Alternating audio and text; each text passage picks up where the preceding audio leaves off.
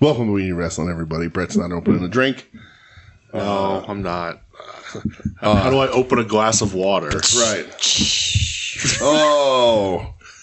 Michelle thinks she's making a funny joke, but we've done that before. Thank you, Michelle. Michelle's here, everybody. Hi, Michelle. I don't listen to your podcast. I don't know your jokes. Oh, thanks for the support. Wow. Thanks. You know all of our Yeah, jokes. what the fuck? You've I don't been around us. like Yeah. wrestling. You don't like us. I love wrestling. I You love wrestling. you. I You're don't on this like- show to talk about your new favorite wrestlers. My new favorite wrestlers. That's true. So Michelle's here for a brief second to talk about something, but we're gonna go through the regular bit. So DJ, that's Brett over there.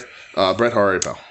I'm good. It's October. It is. So that makes me a happy Is this boy. our first? I guess this is the first episode in October. Sure is. I mean, it's October 3rd, so yeah. Yeah. Was last week my birthday? Yeah. My birthday's only a week ago. Yep. I'm 40 in a week. It's 40 in a week. I'm COVID- almost 35 in a month. I don't know. We had COVID, and I swear it changed time. Does COVID change time? I don't know. I mean, it changed my perception of time. Yeah, that's true. I think it does every time you get it now because Is that when part of it? We Like, had it's, it, ooh, and time I'm like, change. how do we Time have? cop. Yeah, we had COVID both 8 months ago and yesterday. Do you think it turned back time? It's not a share. If you Do could you find think a way. it's got the time? Time, tick, tick on the bird. Book, book, book, book, ticking in my head. So this is Weenie Wrestling. Time after time. Oh, this is the time episode. Let's go. More stay in the motherfucking time. That's right. What were we watching the other day? There was a story about princesses Time and Cop. wrestling and all. No, See, you that's the other shows on the network. I don't know what that means. Oh, it was Kevin Smith was taught. We were watching that Kevin Smith story, and he was like, they were doing a movie, and they wanted to use. He called them, and Prince was like, "I hear you want to do a documentary on me," and he's like, "Yeah, sure, we can do a documentary," but he's really just calling to get the rights to a song for a movie. And at the end, he was like, "Can I get the rights to this?" They agreed to do a documentary together, and then Kevin Smith was like, "Can I get the rights to this song since we're going to be working together?" And Prince went, "No." And then he went, "You can use the time if you want," because he owned all the rights to Morris Days, and he was like, "You can use the time." So when Morris Day played up at the casino, I forget who he opened for. Yeah, So my uncle bitched about Prince. No, but my uncle had his food truck up there and he worked it. Yeah, And that's they didn't play Jungle Love. What? Yeah. I would have flipped a fucking So table. my uncle I would told me- have burned the place down. My uncle told me, he's like, did I miss it or something? And Yeah. some lady came over. She's like, the only reason I came here was to hear Jungle Love, and they didn't even play it. yikes. Yeah. It's Yeah. like, what are you doing, Morris Day? It was like when we went to. What are you doing, Jerome? Went to see Jane's Addiction, and they did the encore. They brought out the steel drums and did not do Jane Says, and now they punch each other on stage and break got up. punched, Yeah, apparently? no. I've seen them twice, and they've never punched each other when I was there. Yeah. So Wasn't I one think time maybe about it's Montage? Yeah, you were Yeah. there with Yeah. Alice in Chains. Yeah. Yeah. Yeah. We went. You were there, but we went Yeah. separately, so I didn't claim you as going with us. Alice in Chains rule. The other time that I saw Jane's Addiction was in Pittsburgh at Lollapalooza in Jesus. 2001 or whatever. How hot was Dave Navarro then? That man, he's aged gracefully. So hot. Yeah. You can take a punch in the face from a frail, much older man. I guess. Him and Christian, the only two people that all of us agree. No, there's probably others. There's others. That's true. Yeah. Roman Reigns is another one. Yeah. Ryan's handsome as fuck. Yeah, What about Finn Balor? he's all dick. The face Yeah. don't do much for me. So his face doesn't do much for me. That boy's all dick. He's all dick. I wouldn't mind getting a look at what he's working with, though. Me neither. Let's be honest. I whatever. mean, say, hey, drop trout, pal. It's like he's a shower and a grower Let's get a closer look. When did they say that what you in got. the other day? on the Hardlore Punk Rock Museum. Yeah, thing. yeah. I think I'm saying Let's get a closer With look. Iggy, because it was Iggy's naked Yeah, penis, and he was yeah. like, "Oh, looks like Iggy's a shower and a grower." Do all of your shows start with this much dick talk? So this is the Or banter that section. Special for me. This is Marcus's favorite part of the show. It's called #banter. Well, he'll hate this episode because I think Dick it'll talk. embarrass him that I talked about dicks. Hi, Marcus. Hi, Marcus. How you feeling about that? Yeah. I don't know. Hashtag dick talk. Hashtag dick talk. Tug will like this part of the show. Dictaphone. Oh, the dick cast. Did we just start a new podcast? Imagine all that dick all up in your ear right now. Cockcast. Oh, that got very X-rated. Really? The jump from dick to cock is too much. Dick to cock, yeah. Like, I don't know. Dick is fine. Cock is a little trashy. My favorite part about this is there's a very small chance that we have some new listeners because we had some followers this week from the couple tweets I put out. And they're going to be like, let me tune into this wrestling podcast. We're like, fucking cocks. Yeah. Welcome. Stay around. Stick around because it's not always like comic this. books. That's how you're here because of. I'm making it weird. Whoop. Hello, cat. Ripley. I did read the Swerve mini comic in the back of it. It's about him like a drill sergeant yells at him and then he quits the military and then Was the drill sergeant Major Payne? no And then he burns down someone's house or that's his later. house But gets then burned down. but then he sees him later and gives him the house call. I mean, that's kind of sick. So- yeah, I like that. A little 3-pager in the back of DC Comics. Nice. With an ad for the shows, so that's really cool, and lots of people got started talking about it. But I got the early jump, so Early Jump Jones go over us. there. But Brett's good. I'm good. No need to talk about that. Michelle, you're good. How you doing? You want to catch anybody up on anything? I'm good. All right. You want to announce here when Wings on Wings is coming back? We can't because we don't know. Soon, ish, maybe, kinda. COVID gets At some all point. fucked up.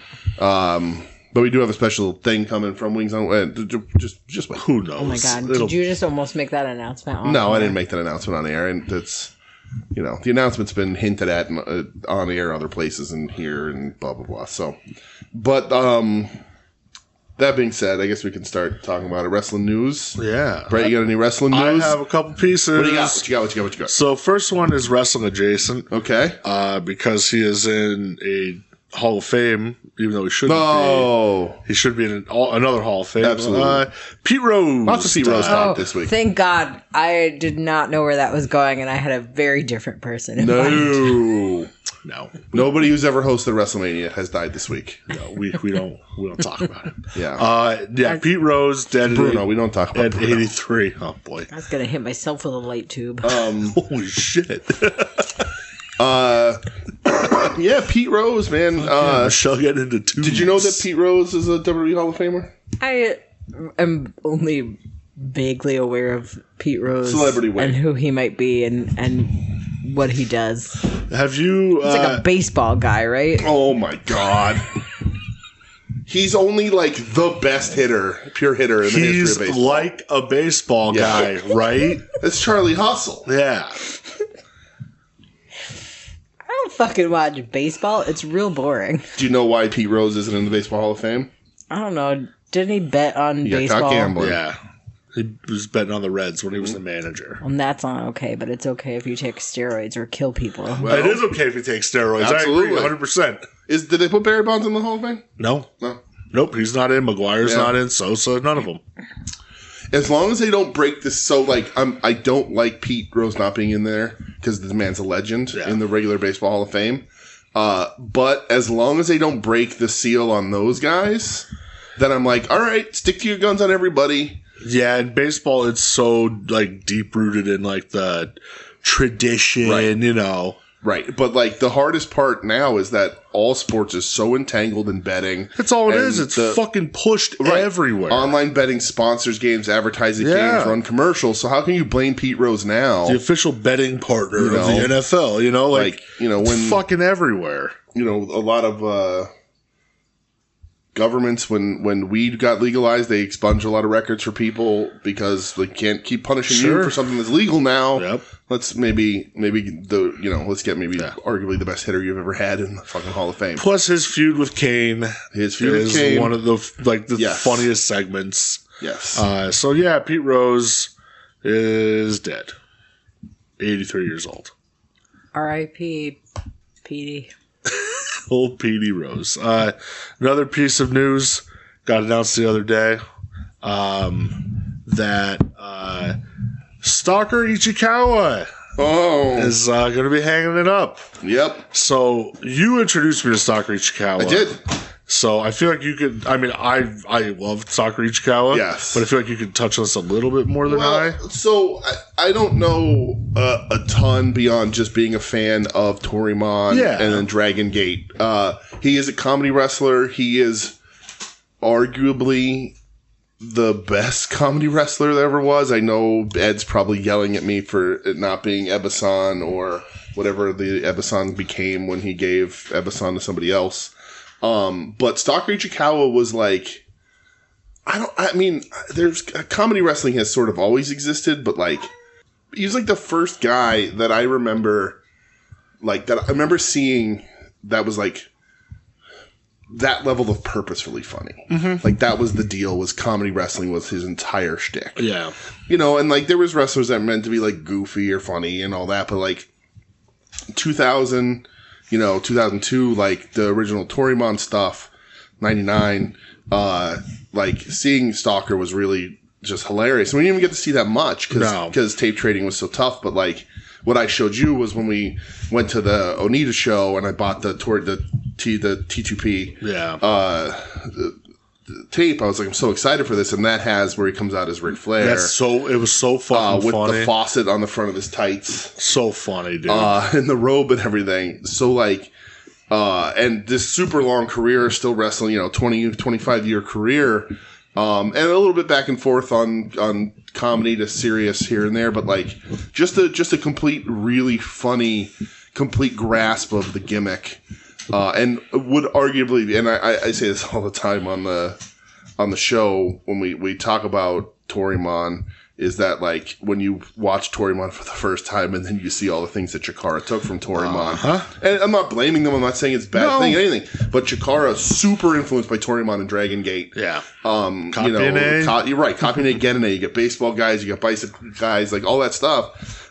So I can't help but think that some of those guys, maybe the guys that train there that are super famous for comedy wrestling right now, I would not be surprised. I can't speak for any of them, but I would not be surprised if they weren't super influenced by Stalker Ichikawa. Yeah, I could see it. And even the guys like, Cole Cabana, who's close to age to me, but was a tape trading guy, like, absolutely watched Torimon and saw all that sort of stuff. Yeah, for sure. So Stalker rules. Look him up if you don't know him.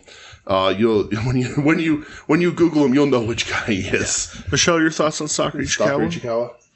I did not pay enough attention to what you were saying, and I was kind of just zoning out. And when you said there's like baseball guys and bicycle guys, what the fuck does that mean? In Torimon and then Chikara, like there was people a guy's who gimmick. Ride bicycles? Yeah. So in the wrestling ring? Yeah. So I hate wrestling. In Torimon, there was Kenichiro Arai was a baseball guy. He wore baseball, he did like the Tokyo Tigers jerseys and whatever, and his gimmick was that he played baseball. And in Chikara, there was Dasher Hatfield, whose gimmick was he played baseball. And then there was also Abe Knuckleball Schwartz. Right, Abe Knuckleball Schwartz, sure. But there's also guys who were bike couriers, and that was their gimmick in Japan. They would ride a bicycle to the ring, and they'd have their bicycle helmets, and they'd wear like the outfit that's like the zip up with the short sleeves and the short shorts. And it's they were great. Bicycle couriers. Because as you learned the other night when we watched Bloody Muscle Bodybuilder in Hell, people in Japan have a weird sense of humor, and sort of the art they create is so far out there, I think, because of how rigid and quiet their society is. They rebel a little harder with their art in that way. But here, that's weird. This is Stalker Ichikawa. Oh my god. What? It's so weird. Describe him to the people. Yeah. He looks like a bug and a devil. Okay. I mean, pretty accurate. Fair enough. Bug devil. Yeah. So. All right. Last piece of news I have. Okay. Which is the big piece of news this week. AEW officially announced with Warner, Time Warner, Warner Brothers Discovery, whatever you want to call it, that they struck a new TV rights deal. Yes. I believe it's a minimum of 3 years with an option for a fourth, I'd imagine. Correct. Plus, they're going to have on streaming Dynamite simulcast. Yes. So I get to cut the cord completely. Yeah, a lot of people. That's a lot of people at this point. I don't believe Rampage is a part of it. So Rampage is advertised in the comic book advertisement that they just put out. Well, but I'm going to assume Rampage sunsets at the end of the year. Yeah, I think so. I think that's going to be done. Yeah. There's talks that they just kind of want to do Dark again. Okay. Which, whatever. Go to YouTube, get monetization. I mean, Rampage has rarely been better than an episode of Dark. That's the truth. And you can, you just get ad space and sell ads and views and try and monetize in that way. Yeah, so there's been a couple different numbers reported. I don't know what's true, what's not. Some people say 150 million. I've seen 170 million. Yeah. I've seen 185 million a year. Right. So who knows? Now, is that? But that's just for those two shows, right? The pay-per-views are a separate deal. Pay-per-views are going to be separate, I believe. So they're getting another. So you're going to be able to for that. Buy them through Max at a cheaper cost, right? But I don't know how it's going to offset because if you pay for a Max subscription anyway. I have my Max for free, because I have AT&T. Nice. Okay, so I just so our Max is like $16 a month, but we just found a bundle with like Disney Plus that reduces it. So, but that's cool, man. Max is beefing itself up. So it's a big deal. Mm-hmm. I'm very happy that finally it's just okay. Here it is. Yes. Enough people with speculation. Enough people saying it's not going to happen. Bischoff. Yeah, I fucking hate that guy so much. So much. It is so funny to see the discourse and the fallout from it too already. It's at 24 hours. Well, so the people much smarter than you or I have crunched whatever numbers were given, and everyone swears up and down that this makes AEW profitable. Yeah, I've heard that they were squeaking by profitability. You make $1, you're profitable. Sure. With everything going on before this, but this deal alone makes them profitable, which has not happened for a wrestling company in over 25 years, because WCW was only profitable even when they were on top for a very short window. Yeah. So that's huge. Yeah, they're officially profitable. And they have half a year to beat Nitro's runtime on TV. Yeah, and they haven't even announced what the deal is going to be if they have a Fox show. Right. Because if they have a Fox show, that's more revenue coming in. So good for them, man. Mm-hmm. I think it's fucking awesome. Yep. I truly hope people shut the fuck up now. Absolutely, dude. They're not gonna. It came across my timeline. I don't fucking follow Ray Deadly, but it came across my timeline. That's your buddy, though. Yeah, my dear pal. And he sent out a tweet saying, if you're either not happy or bitching about the AEW TV deal, you're part of the problem. Absolutely. And I was just like, hey, that meme, worst person said, agree with, Yeah. And it's true. It's that's enough. Right. Enough with the fucking grifting. Enough getting your clicks. Right. Done. Stop. Shut the fuck up. Michelle is kind enough to listen to me when I rant about wrestling all the time, and that's what I was talking to her about when this deal came through. Is you know how many how many people get jobs because of this? 100%. Wrestlers that are good. I mean, you can't say that Swerve isn't as good as anybody on that fucking WWE roster. It was Ospreay, Mox, Dragon. So all these guys get options to work. Plus, people like Wheeler Yuta, Danny Garcia, whether he takes a deal or not, get a place to work. These are people who wanted to be professional wrestlers, who followed their dreams in one of arguably the most unstable businesses to try and get into.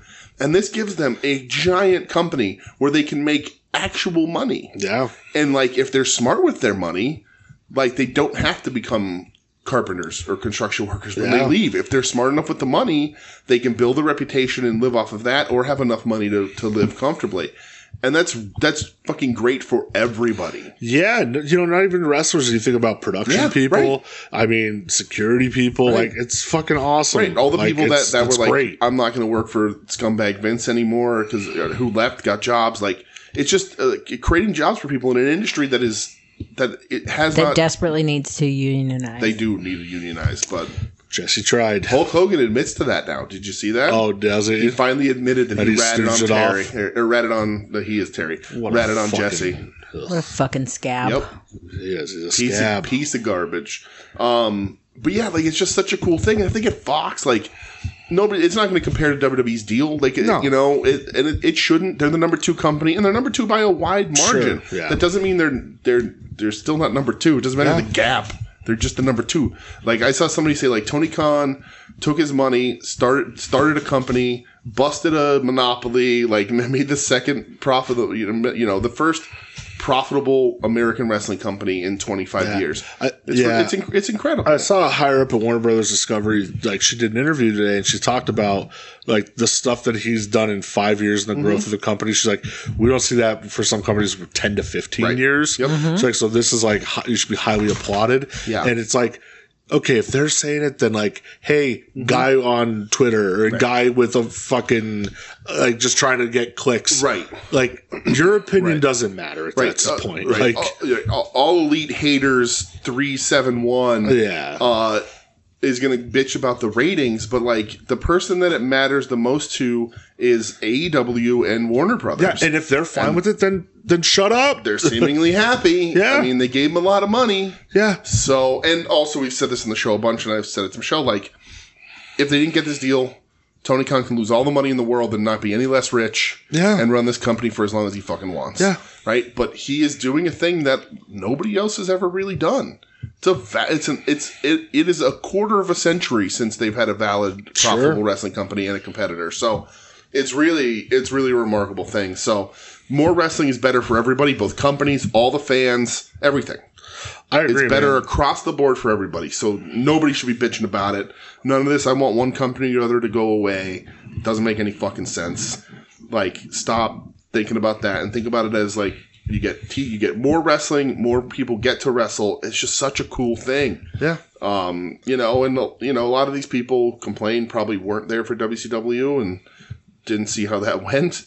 But like, and anything can happen to Tony. Who knows in 3 years what's going to happen? But like, sure, man, they had to be hard to fall as hard as WCW did Bischoff. Yeah, and so I don't know, the people that just sit there and fucking hate watch and, we're not allowed to critique. No, you're not critiquing. Like, you hate it for the sake of hating it. Like, go do something else. I don't know. I can't imagine my life being like just obsessed with somebody or something you hate and just every little fucking move. It's like, shut up. Like, I don't know, man. Like, you're fucking weird. I don't know. It bothers me, I guess. Like, you're allowed to not like things, of course, but to just sit there and incessantly just fucking talk about it over and over again. Like, it drives me fucking nuts. Like, AEW started in 2019? Yes.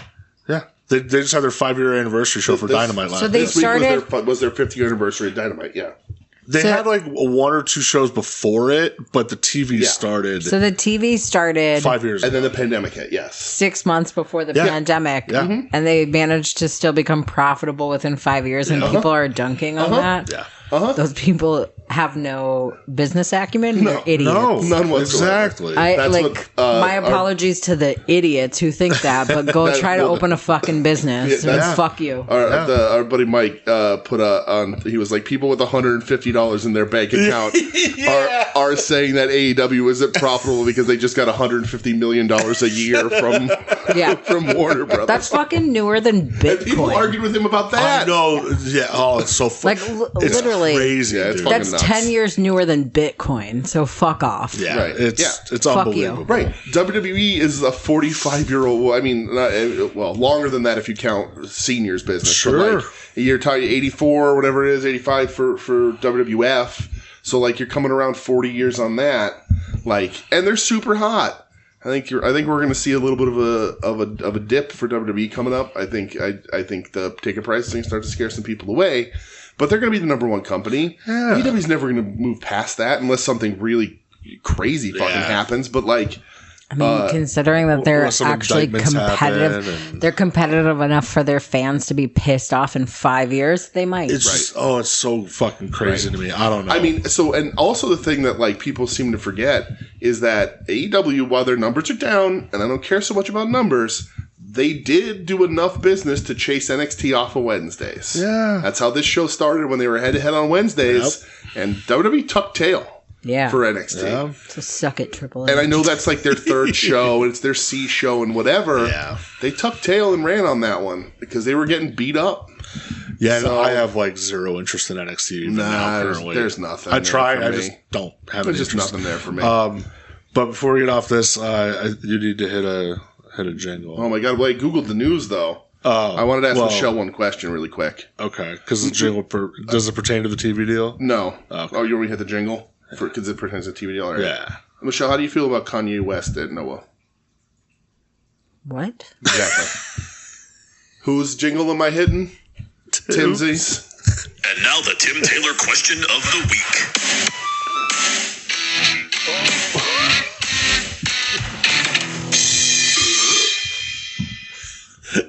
That reaction was the fucking best. Yeah, Kanye West was at Noah this week. Thoughts? What's Noah? Noah, Japanese wrestling promotion, Noah. Yeah, Pro Wrestling Noah. Yeah.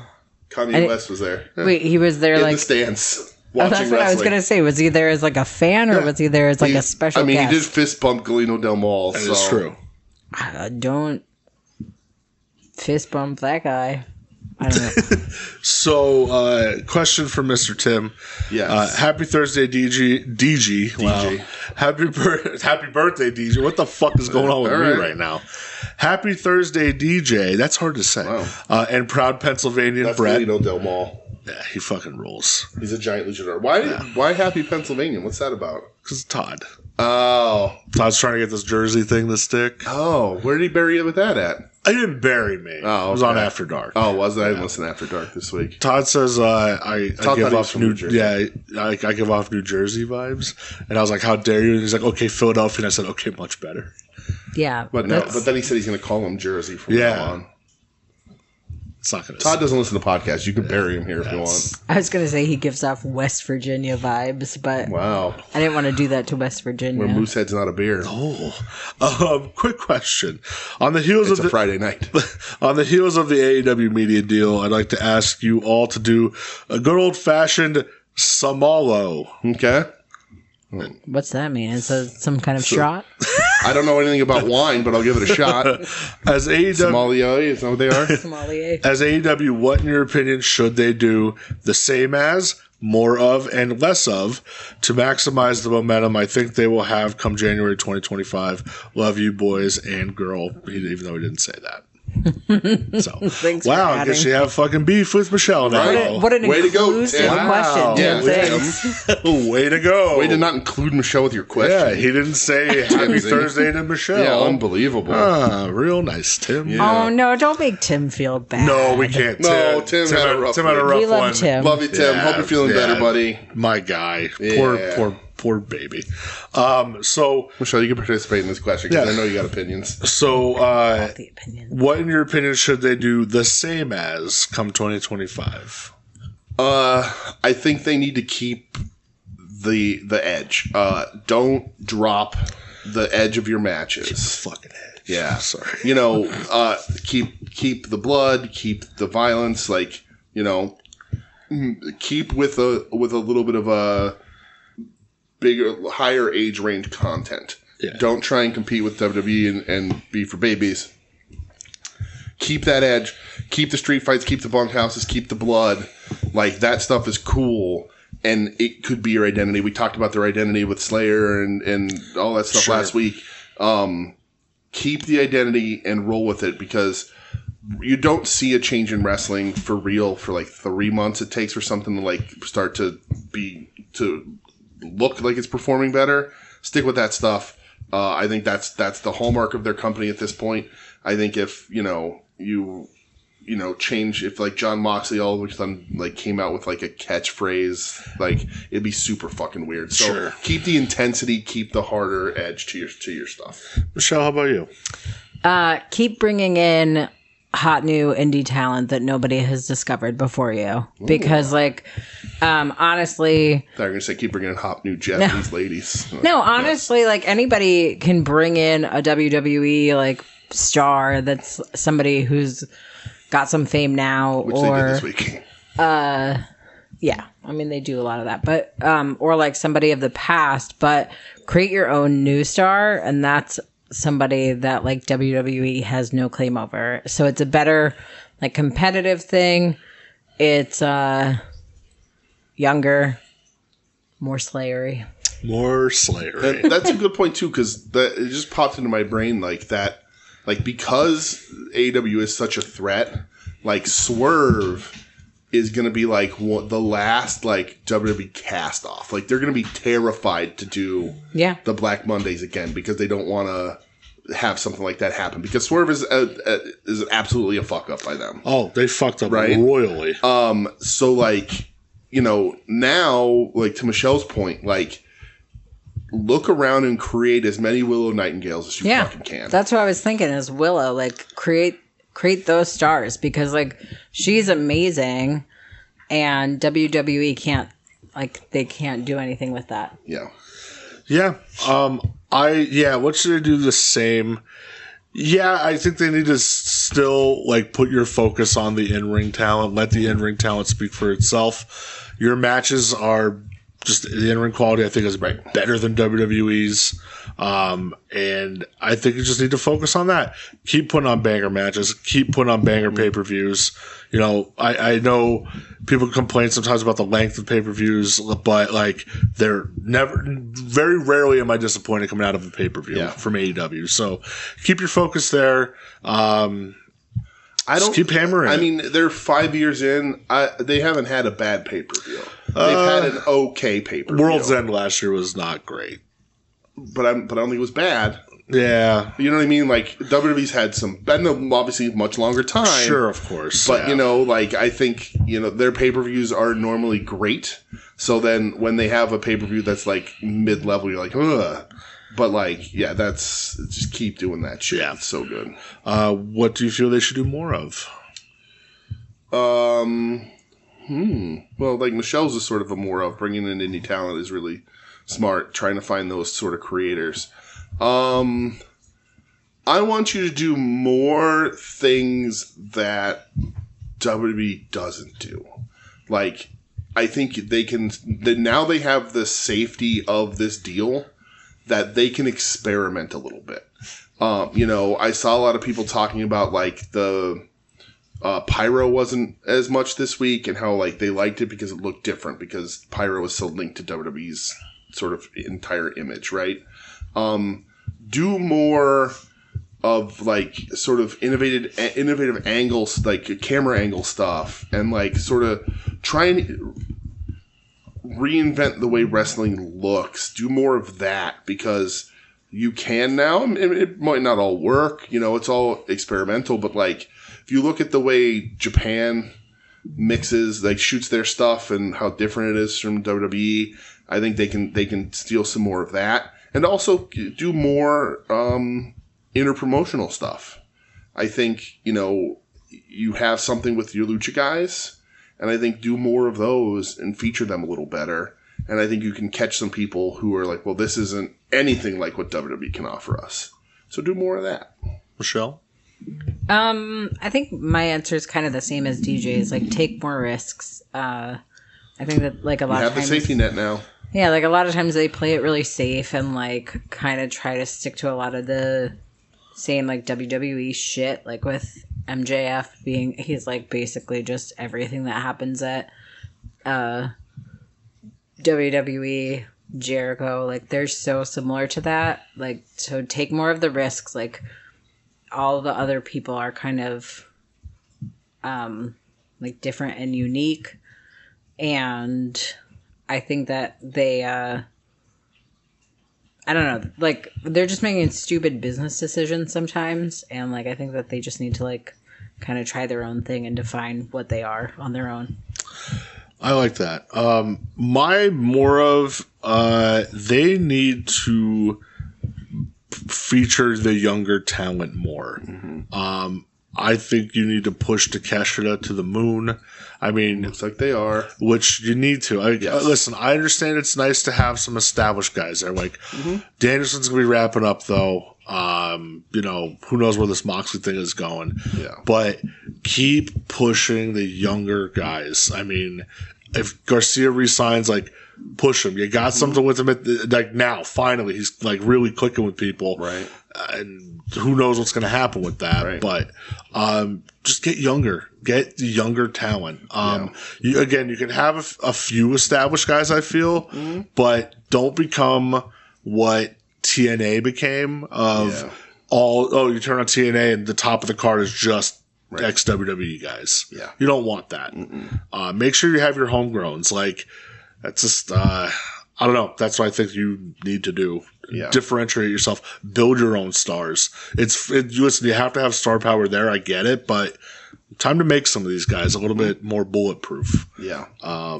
What would you do less of? I would do less Jungle Boy. Yeah.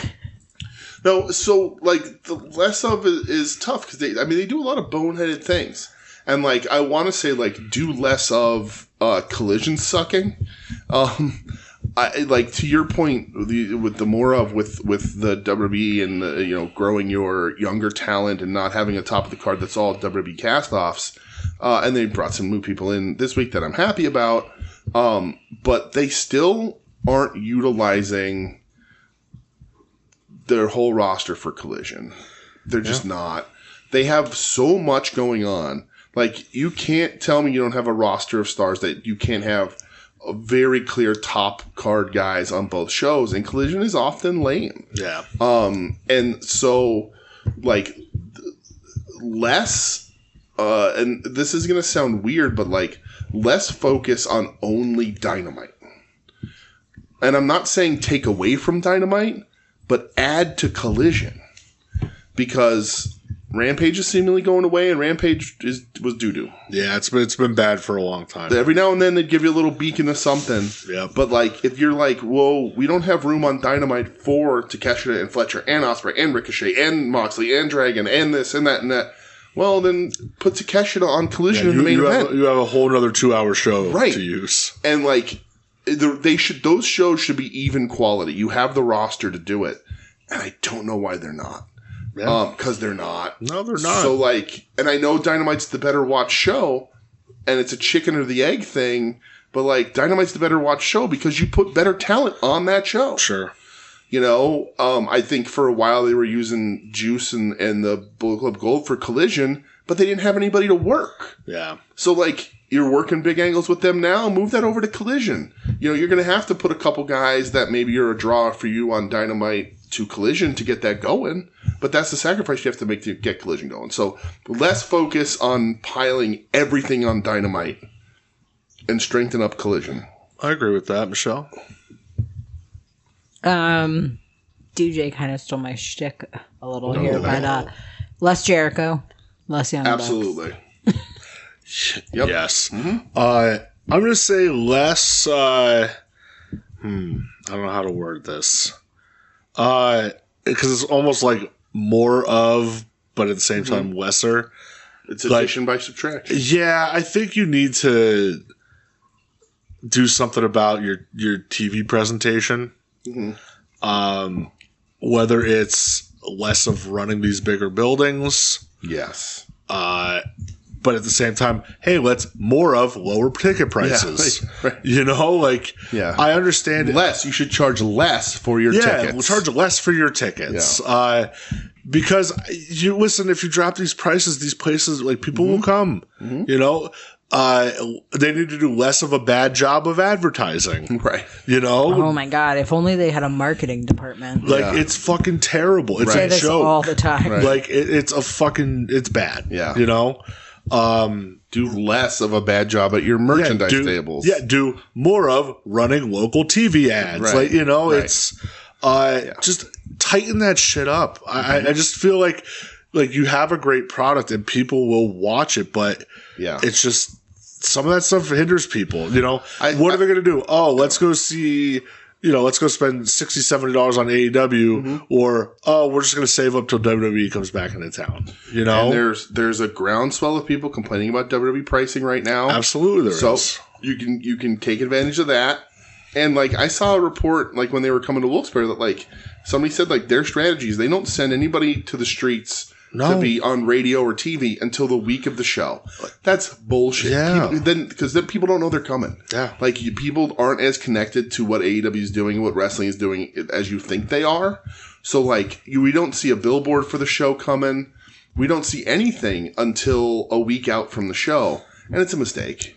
Yeah, it's a problem. You know, like even you and I, like we watch this shit every week, and before the show, we were like, "When are they coming to Reading? When's this?" Yeah, like don't just rely on social media advertisement. Right. Run TV ads. Run shit in the local newspapers. Like, commentary will say it. Radio we'll put it on our own social whatever, media, you know? Billboards. Yeah, do that stuff. It fucking makes a difference. In the more of category is get more talent on popular shows, on podcasts, get them on Barstool, get them talking to the sports shows. Yeah. If the deal with Fox comes in, I think that'll increase. That's going to help. And now that they're profitable, Tony can play fast and loose with the money a little bit more, hopefully.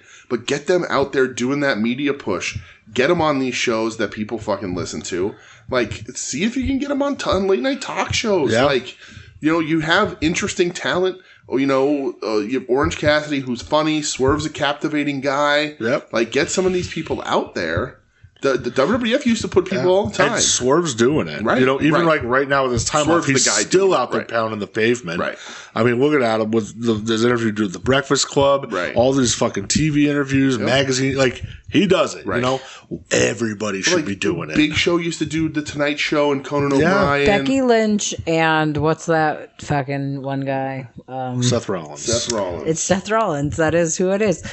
They're on every fucking podcast that I've ever listened to or watched. Seth Rollins just got thrown out of the stands at a Bears game. Yeah. Yeah, they're always and then he was there everything. at a fucking Ravens game on Sunday night. It's like, yeah, he's there. People are starting to recognize, who these people are. I forget, AEW, the only time anybody is on there is Jericho on the news for overthrowing our government, or his wife doing it. His wife did that, yeah.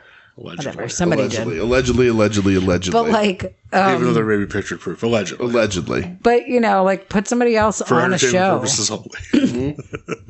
Get somebody on. She was just asking questions. She just wanted a tour. Get somebody on, I don't know, somewhere. Yeah, and listen to the stuff they're doing with the little integration into DC Comics and stuff. It's good. That's good. Good start. Do that stuff. You know, I think that's a nice little piece. But yeah, just do less of a bad job at that stuff. That's where I'm at. I don't know. Let's step it the fuck up finally. Right. Do more good shit. Do less bad shit. AEW. That's the way that works. Do more CEO shit and less fan shit. CEO shit. Yeah. CEO. Oh no, that's not the CEO I meant. CEO. I meant the other one. She's a fucking dumbass. Is she? See her comments today? No, what'd she do? Oh, God. I didn't. What'd she do? Talking about when she was watching the Vince documentary. She's like, he's a genius. And he was so smart and he made so many people money. It's just you don't have to say these things. She wants to go back. She's a fucking idiot. Go ahead. Good dance, though. She did a lot of things. Not wrong. All right, so let's talk about shit. Let's talk about why Michelle's here. Yeah, shit that was watched this week. Why the music at the start of the show is what it is, and why the title of the show is what it is. So, Michelle, you recently sat down with your husband. That's me. And thank you for that clarification. And you watched Queen of Villains on Netflix. Queen of the Dumps. We did. The Dump Queen. We did. We watched The Dump. So coming into the show, how much did you really know about Dump Matsumoto or the Crush Gals? Have you heard Beauty Pair. I know you've known you've heard the name Dump get mentioned by DJ and I a bunch. I was vaguely aware that there was a female wrestler named Dump. Yes, from Japan. Dump Matsumoto. You know some. That's it. Japanese lady wrestlers from playing Book It when Brett and I make jokes about their fake names. I know when you make jokes about their fake names and stuff, but yeah. Because you did ask me if she was in Book It, and I said, no, that's Crooked Titty. Yeah, Crooked Titty. Yeah, she's not in Book It at all, though? No. I think she's going to be in the expansion, but yeah. So what are your thoughts on the show? What do you think? How good of a job did DJ do, showing you, the real timeline of stuff? Did he do a good job of that? Did he not do that? He showed me some matches afterwards. All right. So I will say that. Yeah, let me just jump in there really quick about whether or not I did a good job. You got your absolute fill of professional wrestling by watching this show. So I had to walk very lightly as to what I was allowed to expand upon after the almost 6 hours of television we watched together. It's true, because the one day we did watch an episode and he started talking about wrestling, and I said, I can't learn anything more about wrestling, and so he had to stop. Yeah. All right. And he's very good. Once I've reached my limit, he really does change the subject. What was the question? Oh, so I will say my new favorite wrestlers are Dump Matsumoto and Bull Nakano. Oh, it makes me so happy. Those are my new favorite wrestlers. They're awesome. You were very excited about Bull. Very when Bull showed excited. up on the show. I like her really tall hair. Yeah. And She I didn't like have the that tall hair on the show. No. This is a young Bull. But when we watched, when she got the head shave and she came out, Michelle was like, did she really look like that? I'm like, fuck yeah. Yeah, she looked fucking awesome. Yeah. And I like that she wore a Napalm Death t-shirt. That's pretty awesome. Goddamn right. So I too like to wear a Napalm Death Yes, you do. t-shirt. So And your hair is currently 3 feet tall as we sit here. And you currently have face paint on. only, Right. if only. Yeah. And on the way home tonight from work, you punched Alundra Blaze in the face. Yeah. So it all works That's out. not true. But as far as the TV show, I actually really hated it. And I'm so sorry that that's my reaction. That hurts my heart. So Let me just also clarify here. That is the first time she's used the H word regarding that show that I've heard. So, yeah. So that hurt you a little bit. Right, Yeah. So I'm also being crushed by this news. I knew she didn't like a lot of it for and that's valid what I should reasons. say. I don't. But hatred I didn't was like not. It. Yeah. I didn't like it. But What parts of it you were I invested? did like parts of it. I was really invested in, like, I would say the first 2 episodes, but by episode 3, she's still like 13 years old. And I was like, there's only 5 episodes of this show, so the rest is going to be like really fast. And they showed so much of her young life, like it was a biopic. They like really focused on, like, here's what set her up to be a professional wrestler, and here's why she like didn't want to be at home, and here's why she did all these things. And then at the end of episode 3, she becomes unhinged, and I was like, this is awesome. You were pumped. I was so fucking pumped. I was like, this is the coolest thing, right? And then episodes 4 and 5 become fully fiction because they're so worried about not saying wrestling is fake that then it's just totally a fabrication. And so like that, the shoot pin stuff. yeah, like everything, like they painted her as she's like this violent person that they can't control. I know, which is And, totally like- up. She's very Right, nice. right. And that's something like they on the show, and that's sort of what we talked about. Michelle doesn't want to say the word here, but they were so worried about protecting kayfabe I didn't want to say that. that I'm not going to Say what? say that. No, that they I won't say what word that I'm not- I agree with Michelle. I think it does harm the show because instead of hearing the story about this woman who's set up a very sympathetic character in the beginning, which was, and also those 2 episodes, they it seemed like they cut a lot of stuff out or needed to fit enough stuff in, so they were just like, well, this is here and this is here, bing, bing, boom, boom, TV's Yeah, going. they were this, like, that, we you might know. lose our primetime But TV spot, and I was in like, those- wait, they're on TV. And like, so for me, knowing the matches, knowing the history, I'm like, okay, this is what they're doing here for this match. This is what they're doing here, like all that sort of stuff. But the show is the first 2 episodes, and the 3rd episode is this sympathetic woman who has this horrible life. Like, her dad sucks, you know, her mom's a pushover, she wants to be a wrestler, she snaps, and like at the end of that 3rd episode, seemingly finds her character.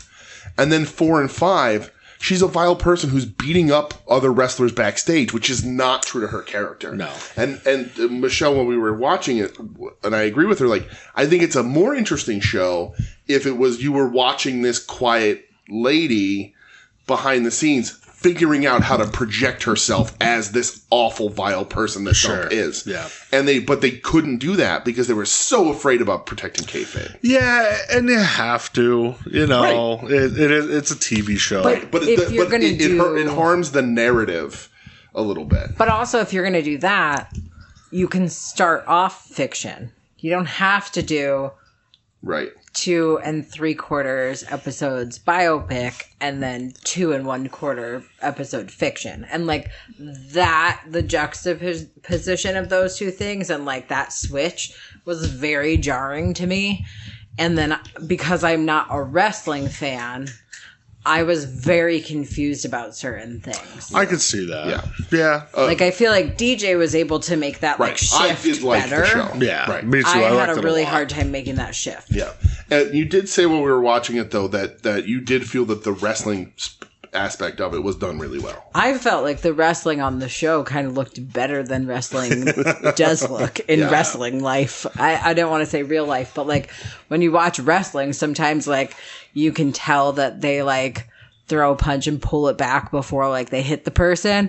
And I feel like on the show, they were, like, they looked really real. They looked like they were just full on punching each other. And so, like, that was fun. But, That was fun. yeah. Oh. I don't know.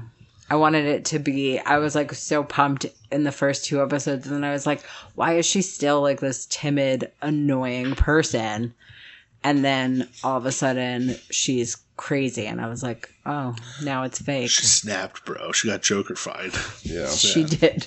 And like I said, I liked it, but like, it was just weird. Like, I was just like, you really, and again, Japanese culture is so different. They're so protective of the sport. Yes. And even like sort of narrative wise, it's, Japanese movies, TV shows have a bit of a narrative flavor and style that American cinema and TV doesn't.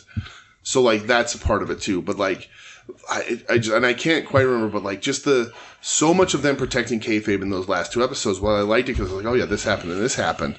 It's also a little bit of like, well, but the character you're presenting now, you wouldn't continue to employ this woman. Like they're like we're going to pay you off to lose, but then when she got in the ring, they treated everything like it was like, you know what I mean? Yeah. Like, and it's like, as opposed to her sitting down and they're being like, listen, we want you to lose, and her being like, I'm the most overact in this company. That doesn't work for me, brother. Right. Instead, she was like, no, I'm literally gonna beat people, like, and harm the people that I'm supposed to be working with, because you learn earlier in the show that it is working together.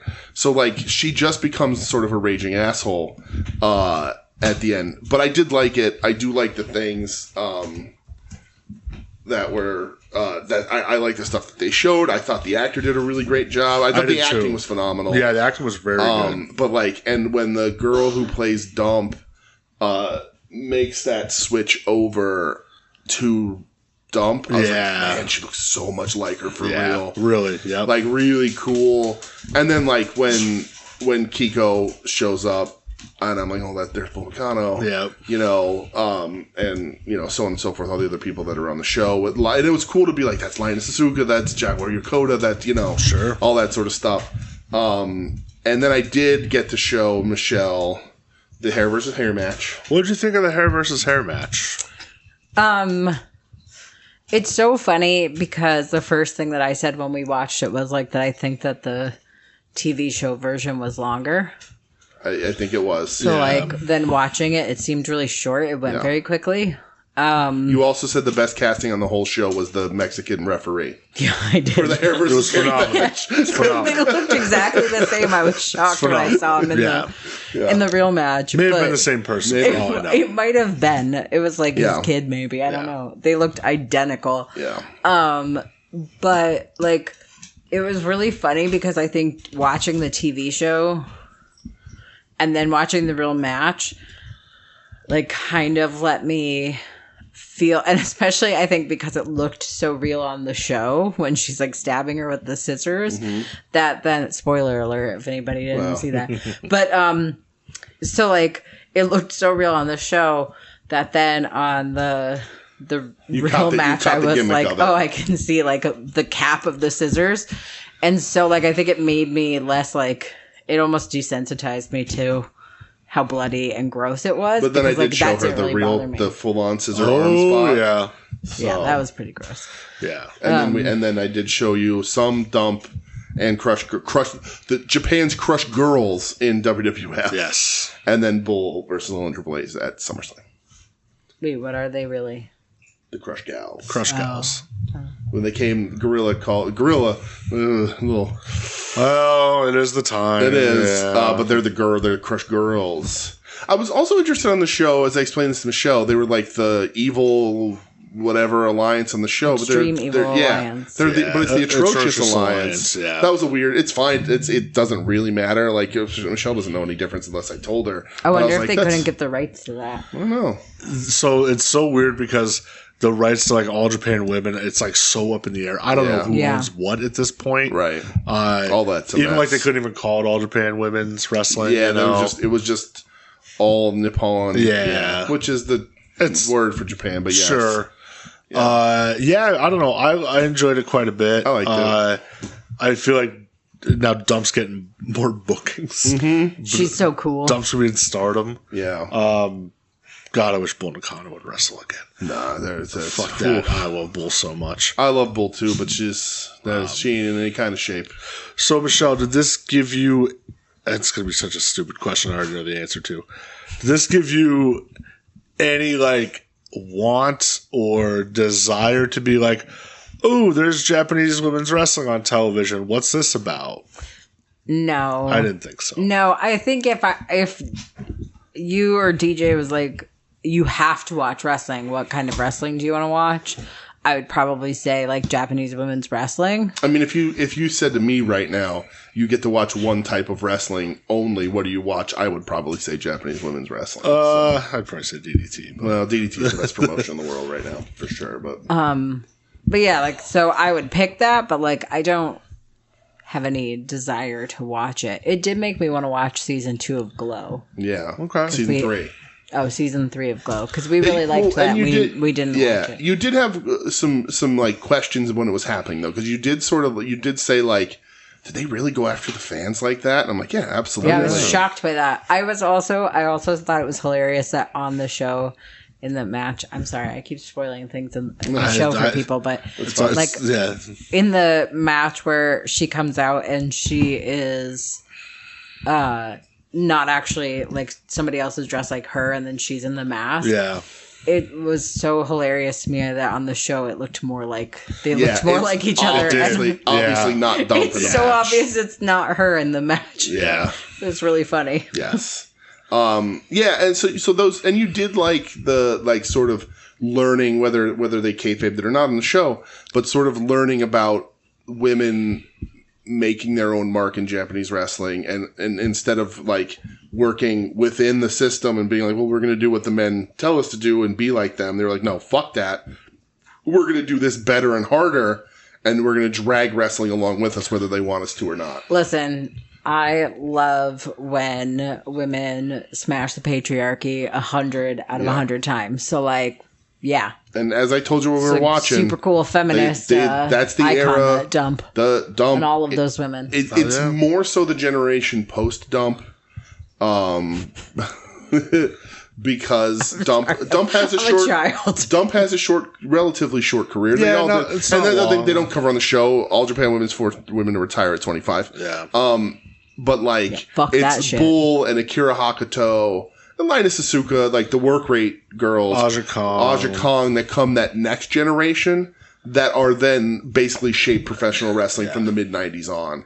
Manami Toyo. Everybody stole from Sweet Sugar Ass. Manumi Sweet bitch ass. Right. Megumi Kudo, all those, like, you know, but like Dump is the start of like, no, I'm going to do this better and harder than you ever thought would fucking happen. Yeah. So, and obviously with Lioness and Devil Masami, all like, they're all somewhat represented on the show in one way or another, and are all super important to professional wrestling as a whole. I agree. So that was really cool to see. Yeah. So, because everybody steals from the generation after. It's true. Did you show Michelle the tag match? No. Okay. All right. No, you do not have the stomach or the patience for it. Nope. She wants fucking scissor matches, though. There's no blood in that match. I don't know. The only thing that's ever made me that might make it actually worse. Cry from wrestling and Nick Gage. Yeah, is Nick Gage's life. I still have the picture of Yuck. you gripping the pillow on your couch because you were so upset. I was so upset. I'm still upset. Well, Michelle, I'll have you know that an indie promoter tried to pay him enough money to leave rehab to come wrestle last week. Why are people the worst? And it worked until he got called out online about it. And Welcome apologized. to indie wrestling. Yeah. He had to apologize for leaving rehab? The promoter apologized for doing it. I was going to say, okay. No, Nikki I was- didn't, as far as we know. Extra mad about But the this. guy offered him a bunch of money to work for a different promotion because his regular promotion was like, we're not booking you until you're better. Hey, fuck you, buddy. There you go. Whoever that promoter is. Yeah. Go fuck yourself. So, Well, Michelle, any final thoughts on Queen of Villains? Would not watch again. Would not recommend. I would recommend the show, but I would not watch it again. your mileage will vary based on how much you enjoy wrestling. And you don't have to have knowledge of dump or any of that sort of stuff. But I think if you understand professional wrestling and like professional wrestling, I think you get more out of this show. It was definitely targeted at people who like wrestling. And if you like badass women, I think you'd like the show. Yeah, I agree with that. I liked the characters. I found the two different two different tones. The tonal shift confused me. Yeah. Understood. But Well, any final thoughts, Michelle? no, You're leaving. Questions, comments, concerns? no, It's late. You stayed up late to do Have this. anything, Thank you. anything to plug? no. Okay. There's an election coming up. I don't know if boy. everybody knows about that. Go vote. Not wrong. Rock the vote. Don't rock the vote, baby. Slam the vote. I don't know. Thank you, Michelle. Thank you. No, that Vote or having Die me. episode of South Park looks real different. Well, sure does. I'm going to shut this off. If anybody heard that click, that was the sound of Michelle shutting her microphone. That's right. She smashed it off the table. She's done. I like that she turned it off and then said goodnight. There you go. Dead. She dropped the mic. Oh, All of it. And the stand, everything.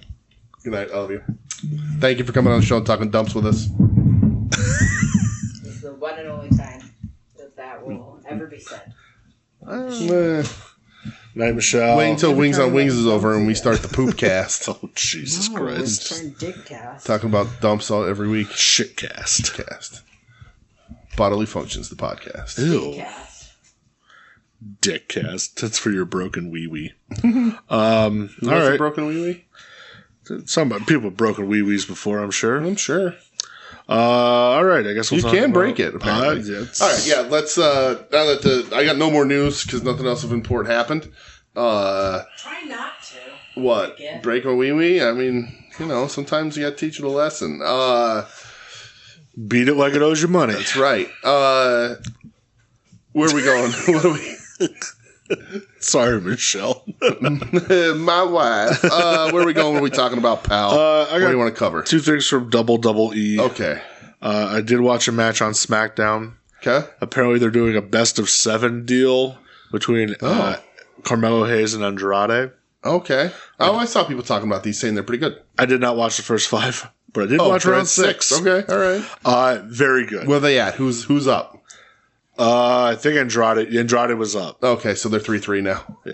So Carmelo Hayes wins, of course, because Okay. in wrestling you can never just win. Right, no. Everything has to be equal to the end. Yeah. It was very good. Andrade does that power slam through the rope gimmick that got popular a couple weeks ago in Stardom. Oh, no shit. He's stealing it's from already- Stardom? yeah, All right, yeah, well. it's already- I mean, I tell people to do it all the time. Can't blame them. Yep. I bet you everybody freaked out. Oh, for dude, they went yeah. wild. And I when was it like, oh my happened. God, what an innovative thing that Andrade When did. crowd went nuts, Yeah. replays, Oh, yeah. Yeah. And with fucking Koki was doing it or whatever, and fucking Yeah. Hayashishita doing this shit 3 years ago. Can't wait for Carmelo somebody to do the Hayes- whirling candy. does this wild looking springboard, backwards DDT fucking deal that looked real good. Okay. LA Knight came out. Yeah. Because I guess he's kind of feuding with both of them right now. Okay. So I don't know if winner of the series gets a U.S. title shot, maybe. But he accidentally cost Andrade the match. Oh. So him and Andrade are beefing. It's going to help Andrade be motivated to win the whole thing. So if they do they're going to have to do round 7, obviously. Either put it on a fucking pay-per-view, which Yeah. they won't, Nope. or have it main event a SmackDown, Yeah. which it won't. Nope. stuff like that, like make that mid-card deal, like make a big fucking deal out of it. Build both these guys up. Right. Don't just have it in the fucking segment 3 through segment 5 on a SmackDown. Have it main event. Give it some time, you know? Right. Or have it open up a fucking pay-per-view. Yeah, why not? Why the fuck not? Right. Like, just let these guys get that stage, especially you know? with tied up 3-3, it's, that makes it interesting.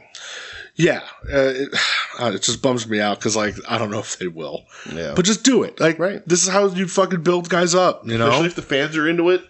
Yeah, man. They're both good workers, you know? Like, I like Andrade. Carmelo Hayes, whatever, but, like, he's fine. I'm never, with like... NXT champ, you're supposed to prop those guys up once they leave. Yeah. They're both former NXT champs. Huh? Yeah.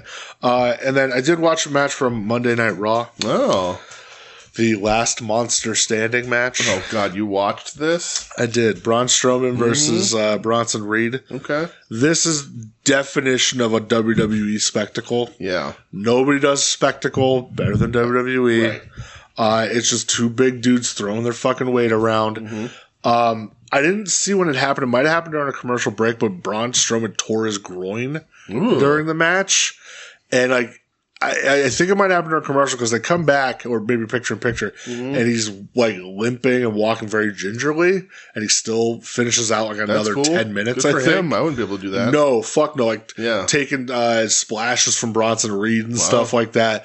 They're just blowing apart everything at ringside, blowing apart barricades. They do the suplex ring collapse deal, which kind of sucked. Yeah, I hate that spot. You did it once with Brock and Big Show. You don't ever have to do and it again. Nobody's as big as Big Show. It just doesn't count. Yeah. But I thought, like, hey, it's spectacle. It's something that I texted my brother on, like, hey, show the kids this, you know, and he did. And he goes, oh, they loved it. Yeah, that's cool. So did anybody online blame Triple H for Braun Strowman's injury, for him tearing his groin? No. Okay. I saw, so there's a couple of injuries in AEW this week, and I saw people online saying this is TK's fault. Oh, of course it is. And that since he allows the wrestlers to do these things that they do in the ring, that it's his fault when they get hurt doing them. So I was just wondering if anybody had that same energy. Sure, because when people don't get injured in WWE, I guess, when they do weird dumb thing. Not that Strowman was doing a dumb thing; he's probably just walking, but you know what I mean. Just a early Christmas wish, a late birthday wish. I just want people to approach both companies with the same energy. I mean, I wish, dude. But yeah, and again, like we say at WWE all the time, and we tease that it's for babies and whatever. Yeah. But like, that's a cool thing for your nephews to see. Like they haven't seen the Big Show thing, and so like that's a cool thing. When the ring collapses, like they went fucking nuts, right. you know. Yeah. So good for them. Bad Blood is this weekend. You should send them Taz Bigelow for when they go through the ring. Well, that's the real shit. Yeah. Yeah, I guess Bad Blood's this weekend. Okay. I heard The Rock's coming back. That's the talk. I heard CM Punk's not main eventing in a Hell in a Cell. I guess that's opening the show. Ooh. You're opening with a Hell in a Cell? Yeah. It's kind of weird. I mean, if you ain't last, you want to be first. Yeah, it's only two positions you want on the card. First or last. What's main event then? Cody and Roman teaming up against Solo and Jacob Fatu. Yeah. There's not even a title on the line. No. It's just like the first time Cody and Roman are teaming up, you know? Yeah, but Bad Blood is where Hell in a Cell I agree. Yep. All right. I mean, it definitely... Phil's going to blow a gasket. I can guarantee you that they told Phil, like, you're sub-main, and he was like, please, just make me first. Yeah, probably. Just like, let me do this first then. Yep, I agree. Which is the right call. I mean, that's... Yeah. Also, like, listen, your Phil mileage may vary, but, like, it's him and Drew. They're going to fucking kill each other. Yeah. Like, Cody and Roman teaming up ain't going to be as good of a match as that. Are they... for the potential for a Hell in the Cell. Are they going to get color? Yeah. All right. Is they going to get color? Yeah. Okay. Somebody got color the other day on WWE TV. Well, I know Cody got color on the last pay-per-view. Yeah. He was a tiny little dribbler. Right. I said, he doesn't love the business anymore. Marcus said he ain't got that dog in him anymore.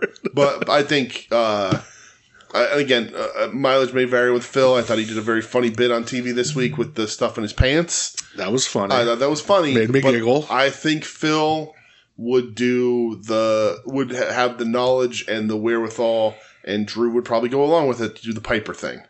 Bust me open, I'll take the blame. Yeah. Or whatever, like what he did with Brett. With Brett. Yeah. Like, they didn't want him to bleed then. He's like, well, they're going to do once we do it, and I'll take the heat. And I think that's, if they don't let them, I think they'll be like, fuck it, punch me as hard as you fucking can. Yeah. So, maybe not. Don't tell Punk, Phil, buddy, listen. Yeah. Don't tell Drew to punch you as hard as you punch you hard way. You'll never get back up. You'll get... Yeah, but convince most people get knocked the fuck out by Drew for being honest. Like, but convince Drew to let you big motherfucker, dude, bust his fucking eyebrow. Yeah, just have him put in the corner, just Vader clubber and blows like on a cactus. That's all. Exactly. All right, AEW. Did you see that the clip of Shamrock talking about that Vader match, the ease up? Yeah, he didn't say it's like bullshit or whatever. No, he was just like. He's like, we come out, we were hitting each other hard. I'm laying into him or whatever. And like, it was, I kept wanting him to give me a receipt. And then he goes, and then I was on the ground and I went, I guess I got it. So that's fucking awesome. Yeah. That's one of my favorite clips. But the thing that he said though, is that like him and Vader were sweet. Like they were sweet as pie. Like there was no heat there or anything, I love that clip so much. Yeah, it's the best. All right. I didn't watch Rampage. Me either. Okay. Collision. That's a national problem right there. Nobody watches Rampage. Who knows how much longer? Collision, honestly, dude, I watched most of the show. Yeah. It was so fucking boring. I watched it in bed. Yeah. Because I was tired. But I do have a couple things to talk about. Well, you lead me through and all. Because I won't say boring. I have a couple things written down. It's pretty standard for Collision again. But this is supposed to be your Grand Slam show. It is. I was excited to watch it because I was like, well, this is going to be their big show. Like, they're hyping this one up. And they're doing the same thing, like what I was saying before with Tim's question. They're not sharing the wealth here, right? Yeah. But Saraya Rules match, it was good. So Saraya can't sell worth a damn. Yeah. Hayter looks good, but that table spot ruled. Yeah, and more credit to Harley Cameron. Harley is a better wrestler than Saraya at 2 years in the fucking business and 6 months on TV. Yep. Like, after a opposing woman who has supposedly been in the business her entire life and in the wrestling family and all that, Harley's better. I agree. So like that second table that doesn't break, Harley took that fucking hard, like a champ. If she doesn't dress up as Harley Race for Halloween, I'm going to be fucking That would be pissed. hilarious. They have a partnership with DC. There's no way she's not Harley Quinn. Come out on TV with just as Harley Race. Yeah. Oh, I'd fucking die. But I enjoyed this as much as I can enjoy a Saraya match. It'll probably never happen again. And apparently she resigned. Yeah, so we talked about that last week. I think that was news last week. Well, great, wonderful, grand. Ospreay and Ricochet sit down with Renee, hype up their match for this week, which we'll talk about.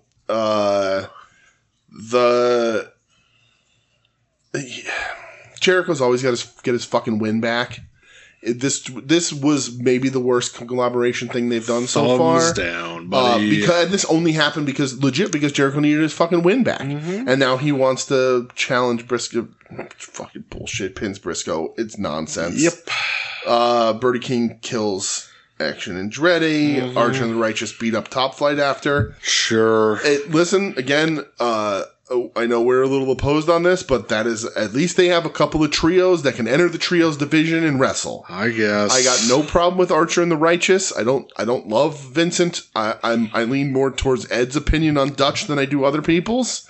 But like there's bodies. Like if you want these divisions to work, not everything's gonna be 5-star matches. We know that. Save your big matches for the pay-per-views, but there's gotta be bodies, and this gives you trios bodies. I guess. And like Archer can work. Like, I mean, what's the other option is these guys aren't on TV and there's no trios division. There's no tag division. It's not now anyway. But that's what I'm saying. So they're pulling these guys in to beef up the division. House of Black's just sitting there doing fucking nothing. They're doing nothing. But again, you can't put House of Black necessarily in this position if they're you can't have them come out and lose or whatever. So they have to be protected, sadly. But like you can't build a division without bodies, whether they're good or bad. So at least we're getting. At least they're like, hey, here's some trios division because these titles are sitting around doing nothing. Jack Perry gives Minoru Suzuki his worst match in AEW since he's been coming over. Just awful. The crowd boos like crazy at this match. And it sucked. Like, this is the first time I can tell you that Minoru Suzuki had a shitty match. Yep. In AEW, if not the last couple of years. And then Shibata saves Suzuki. I don't understand. That's all. Like, Collision, they need to do better. The trios, Blackpool Combat Club versus Private Party, thing, whoever else is there. Commander. Yeah. And this whole thing is just to show that Yuta's reluctant about being involved. Yep. The match is nothing Has otherwise. nothing to do with them. Nothing to do with Private Party at all. No, nothing at all. They were just there to to lose and fit a place, which we knew was happening. Again, they at least tried a story, and they're done. I guess they're trying another one. Private Party. I was saying, tried a story that fucking lasted like a week. Yeah, well, it's still It's done. But at least there's it is AEW answering online complaints, whether they're right or not, because everybody says, well, this match didn't have any build. There's no reason for them to have this match. So at least there's a week ago reason for them to have this match. I guess. Again, I like, not everything's going to be great. In the history of wrestling, like if you go back and watch enough wrestling from any era, the undercard stinks. There's people that shouldn't be in the position they're in, but you just got to get bodies out there. FTR... We've seen what happens in AEW where FTR wrestles the Young Bucks every fucking pay-per-view. I agree. And so Whose fault is that? Right. It's the promoter's fault, but you got to get bodies. And they tried to tell a story here for a week to make like a reason why Private Party would do what they did. So, but it is done. So at least it's not like. But now it's already moving on. Yeah. So but it's like you're not even looking for any retribution. You just got fucking dog walked. Yeah. Right. Cool. But I'm glad that, because I said last week that I would eat Joe Sposto's hat or whatever the hell I said if they won, and they didn't. And they're not going to beat the fucking Young Bucks and all that shit. But they had to do something with the Yuta story. You got to put a team in there to lose. We get a great Outrunners hype video on Coney Island. That was very fun. And then they haven't been featured on TV again in a couple of weeks for whatever fucking. They're on Ring of Honor, but that doesn't count. Nobody watches that. Nope. But this is like your one, if not your hottest tag team, and they should be on TV every week then, and they're not. Nope. And the thing is the Bucks have these fucking tag titles locked down. The Outrunner should have already had them, but it is what it is. Beast Mordos versus Duralistico versus Hologram. So I thought this fucking rocked. This was awesome. Hologram does not lose. No. Which I think is a bit of a mistake with Beast Mortos in there. I think Mortos has a bigger potential. I think people are more into Mortos than they are Hologram. Hologram's been a really good experiment, and he's worked. It's worked, yep. But I want Mortos. Like, I think everybody wants Mortos to be better and bigger and featured. He's one of the more impressive guys they have. And then the answer to that is like to put him as like second fiddle in LFI again. Right. And they start... Right. Wasn't Roosh just with Callus? Yeah, that they dropped that in and out. Roosh does what they're just trying desperately to keep Roosh happy. For whatever reason, I guess. And I had said, again, this is a trios. This is a good trios that you can throw in the trios division. It gives you competitors that can have really good matches. I'd be happy with Roosh and Mortos as a tag team. Mortos and Duralistico a little less happy about, but. Unless I missed it, what happened with Roosh and Callus?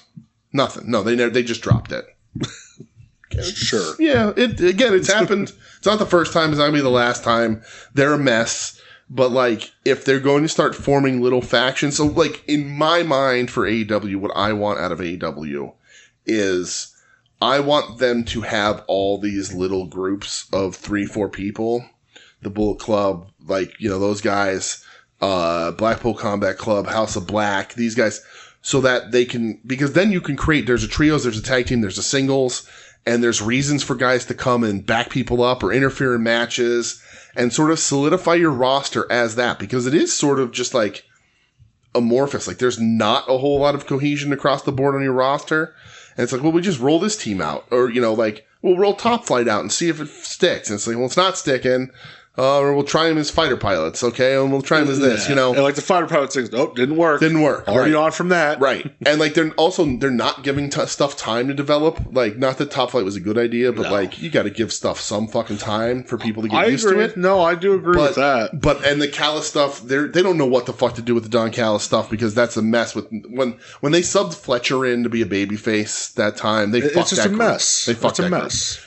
But you know, LFI, LI, whatever they are, I like that little group. And that facilitates some cool matches for a reason and beefs up both your tag and your trios divisions, which we know are shit. Like, we know their tag division and the trio division's garbage. Yeah, it sucks. It sucks. So, if we can get good matches and get those belts, I think they should get those belts off the Young Bucks a lot fucking sooner than they are. That needs to happen. And then hot potato these titles a little bit or something to create, like, because that's how you're going to create interest, right? Is hot potato these titles a little bit. Make these teams seem like they can win the fucking title. Not the Young Bucks coming out and being like, which they do on Dynamite, which we'll talk about, but like, but we got limited dates, we're not going to waste it on you. It's not as funny as you think it is. No, it's actually hurting the company. Yeah. But this match is really cool. We get a stat promo. All right, so this is where I'm not sure you're going to agree with me on this next piece. The MXM fashion walk. How do you feel about this segment?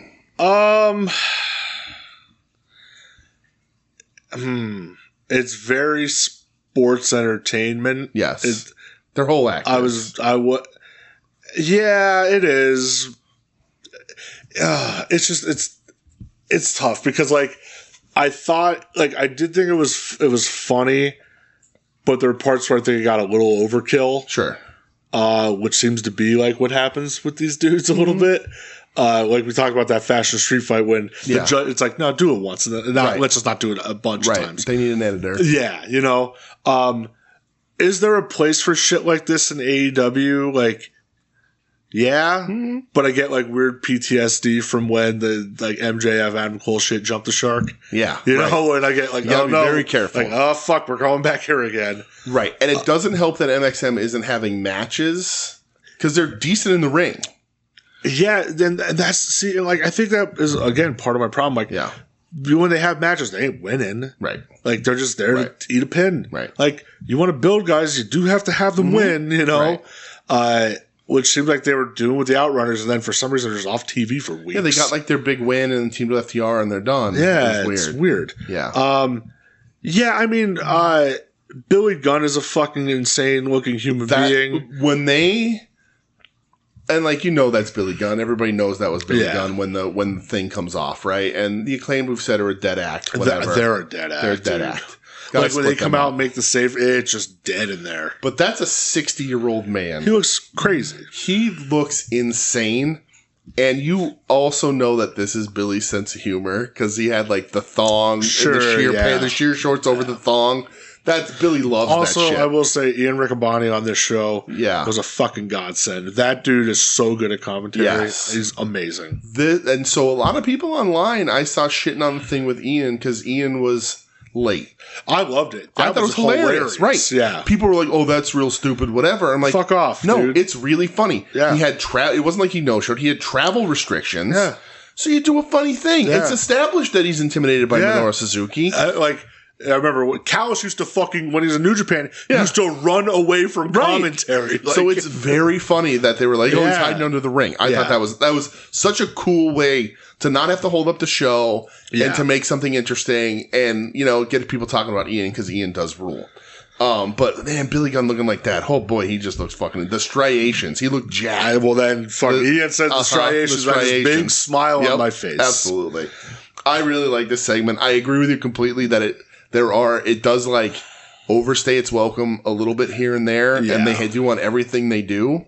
But like you can easily fix that by having them win matches and show that they're good in the ring. Like I think these dudes like Mason's good. He's a big dude. They're funny. Like they are. They're funny. But it gets to like that. Okay, let's cut it. Like when are we going? Not saying the content, but just the length of time. Right. You're not pushing the when it becomes unfunny, you keep pushing it till it becomes funny again. You got to cut it off before it becomes unfunny the first time. Yeah. After this, we get the lumberjack strap match where the wrestlers don't have straps. All the lumberjacks have straps. Juice Robinson. My only note on this match, and it's Double J and Hangman. This is a program we've been waiting for a long time. This is all we're getting out of it, seemingly. That's fine. Juice Robinson and the Guns win this fucking match. Yeah. 100%. Good for them for just committing to the bit. Juice steals this fucking thing. He does. So hard. Like, that's the dude. And I said it this week while we were watching Dynamite. I said it before about Collision. Like, that could be a guy for you. He's that good. He's good in the ring. He's really good in the ring. But the character work and the magnetic personality and what he does out there is wild.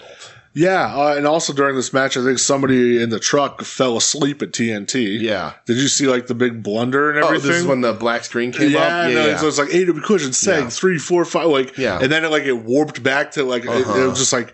That's a TNT problem, not an AEW problem. No, but it's like, guys, I can't, come on, that can't fucking happen. Right, absolutely. When I would be having that conversation with TNT nightly. Or TBS or whatever. Because there's been they've had the issues with production. Absolutely. I would have saved it for the Jack Perry match on Dynamite. I would have ran that back. But I would have just been like, hey guys, let's clean this shit up. Absolutely. Otherwise it was fine. Hangman's cool, is leading to the Juice program. Sure. And Juice is awesome. So, and Jarrett looked good. It's just, it's the end of the he's getting fed the hanger. Yeah. And it's been a long time coming. So it is what it is. Yep. Main event, the AEW Continental title eliminator match, Kazuchika Okada versus Sammy Guevara. Mm-hmm. I like this, man. I think that Sammy tried to show out as much as Sammy can show out in this match. It's not like a 5-star thing, but it was sort of like, I definitely got the glimpses of why they keep trying Sammy. Sure. In this match, they keep trying and they keep trying and keep trying. And I think it's because and then they try again. Right. It's like when, like in any other sport, like you get like a third string running back that runs for 2 touchdowns in a game and you're like, well, we got to see if we can get that again. Uh-huh. And then it takes a couple but he hits it again eventually. Like, all right, we're going to keep trying this because he can get hot. Yeah. And maybe we can develop this into a steadier kind of thing. So that's what Sammy. They're like, hey, I don't know if we like this kid. Hey, he gets in a lot of trouble. He's a little too stupid. He runs his mouth. Yeah. But when he gets in the ring, he does some cool shit. And I saw this here with Okada, and I was like, all right, I get it. I see why he's here. This isn't a main event match. No. Again, this is a Collision main event, which is a mid-card, sadly for Okada to say this, but it's a mid-card Dynamite match. Yeah. And that's like, Collision feels like if it was the first 2 hours of a Dynamite. Like, it's just... they're not beefing these up. They're not treating them with the same energy and the same respect. I agree with that. Yeah, I thought it was all right. The Rainmaker into the Spanish Fly was a nice reversal. Yeah. But it was all right. Yeah. All right. You get the glimpses of Sammy. Yeah, man, they do got to do something with Collision. They really do. So let's move to Dynamite. Dynamite? The 5-year anniversary of Dynamite. So we get the little, pre-tape of... Dude, this was the Blackpool Combat Club. So scary. Dude, I love them. I love them too. I love what they did it a couple weeks ago, and then they did it again. It's like the same weird music with the synth or whatever in the background. John Moxley is one of the most convincing fucking human beings on this earth, dude. What did you think when Marina got in the camera and spoke Russian? Is that what it was? I'd imagine. She's from Moldova, I think. Sure, maybe. A friend of ours. But, I think that overall they're still doing right by really limiting what she does. I agree. But her Russian or whatever it is isn't any more convincing than when she tried to cut a regular promo. Yeah. I guess I don't know how you shoot these things. I guess maybe you don't want to make everybody do another take after another take. It's fine, but it didn't match the energy of the rest of it. And I'm just like, she still needs to get better. But they are using her in the right way. And physically, she seems like a threat across TV. So it's better than she was before. Yep, I agree with that. So we open the show with that promo, and then we kick into Will Ospreay versus Rick O'Shea. Look at the callous pep talk where they're going to leave for the airport. Well, yeah, because Fletcher's back there getting ready, and Callis comes up and he says, we got to talk about last week. Yeah. You know, because that's when Ospreay basically cost them the tag titles. Right. And he says, I got a match right now. Goes, perfect. Kyle, let's go. Yeah. We got to catch a flight. Right. And Takeshita just stands there biting his thumb looking all. Which matters later. That fuck. But Ospreay Ricochet. What'd you think? I think you could predict what I'm about to say. Absolutely. It's just not my thing. Yeah. They're very good at it, right? They can certainly fucking go. But I didn't, like, the match they had 6 years ago or whatever it was isn't something I go back and watch or, like, fawn over. I watched it once and it was just like, all right, that's cool. And I think they tried to deliver on this again. And in a very similar way to Dragon and Nigel, where I like Dragon and Nigel a ton, but it ain't what it used to be. No. It can't be what it used to be. No. This wasn't that, and I think it forced Ospreay to be that wrestler he was all those years ago. And he could do all that shit. He's evolved past it. But he's evolved past it. Yeah. And so it's just not for me, man. It's fine. The crowd fucking loves it. Lots of people love it and eat it up. Going nuts so I can't. I absolutely don't fault them for it. This is why you bring Ricochet. This is the only reason why you brought Ricochet there. Sure. 100. Honestly, if you didn't have Will Ospreay, Ricochet's not in this fucking company. Yeah. Like all that stuff. Like Ricochet ain't leaving WWE unless he can have this match with Ricochet. Like with all Ospreay. That, or with Ospreay, all that shit, right? So, like, it's not for me, but, like, they can go. Like, they do impressive shit. Sure. It's just not wrestling I care to watch. What did you think of the finish? What was the finish? The double shoulder down. Oh, confusing as shit. Yeah. Yeah. Yeah, was that the double shoulder down in that match? Or this match? I guess so. I think it was, I don't right? have the notes on it because I don't have notes. My either. next note is big take lays them both out. out. Yeah, Takeshita comes in and he just fucking runs roughshod. Yeah. So they announced it for Wrestle Dream. The 3-way. Yeah, it's going to 3-way for the international title. It's going to be fucking nuts. And that'll be interesting because, like, Take can go, right? Yeah. But, like, Take's moveset, especially now that he's a bigger guy, is not flippy do shit. It's dump you on your fucking head. Because they did the double pin and then into the DQ. Oh, right, yeah. Yeah, which I was like, oh boy. Because they wanted 5 more minutes, more minutes, and yeah. And then they did the DQ anyway. Right. But yeah, like, I said it, I said it last week or whatever, I said it in the Discord, like Take, I think, like, it is maybe like, I know Ospreay's the hottest wrestler in the world right now and all that, and it's a controversial statement, but, like, for my style of wrestling, right now, Takeshita is the best wrestler in that match. He's not the hottest. Like, Ospreay clearly is, like, the guy right now. Yeah. But, like, when I watch wrestling, I'm like, man, Ospreay, that dude's really good. And when I watch Takeshita, I'm like, how?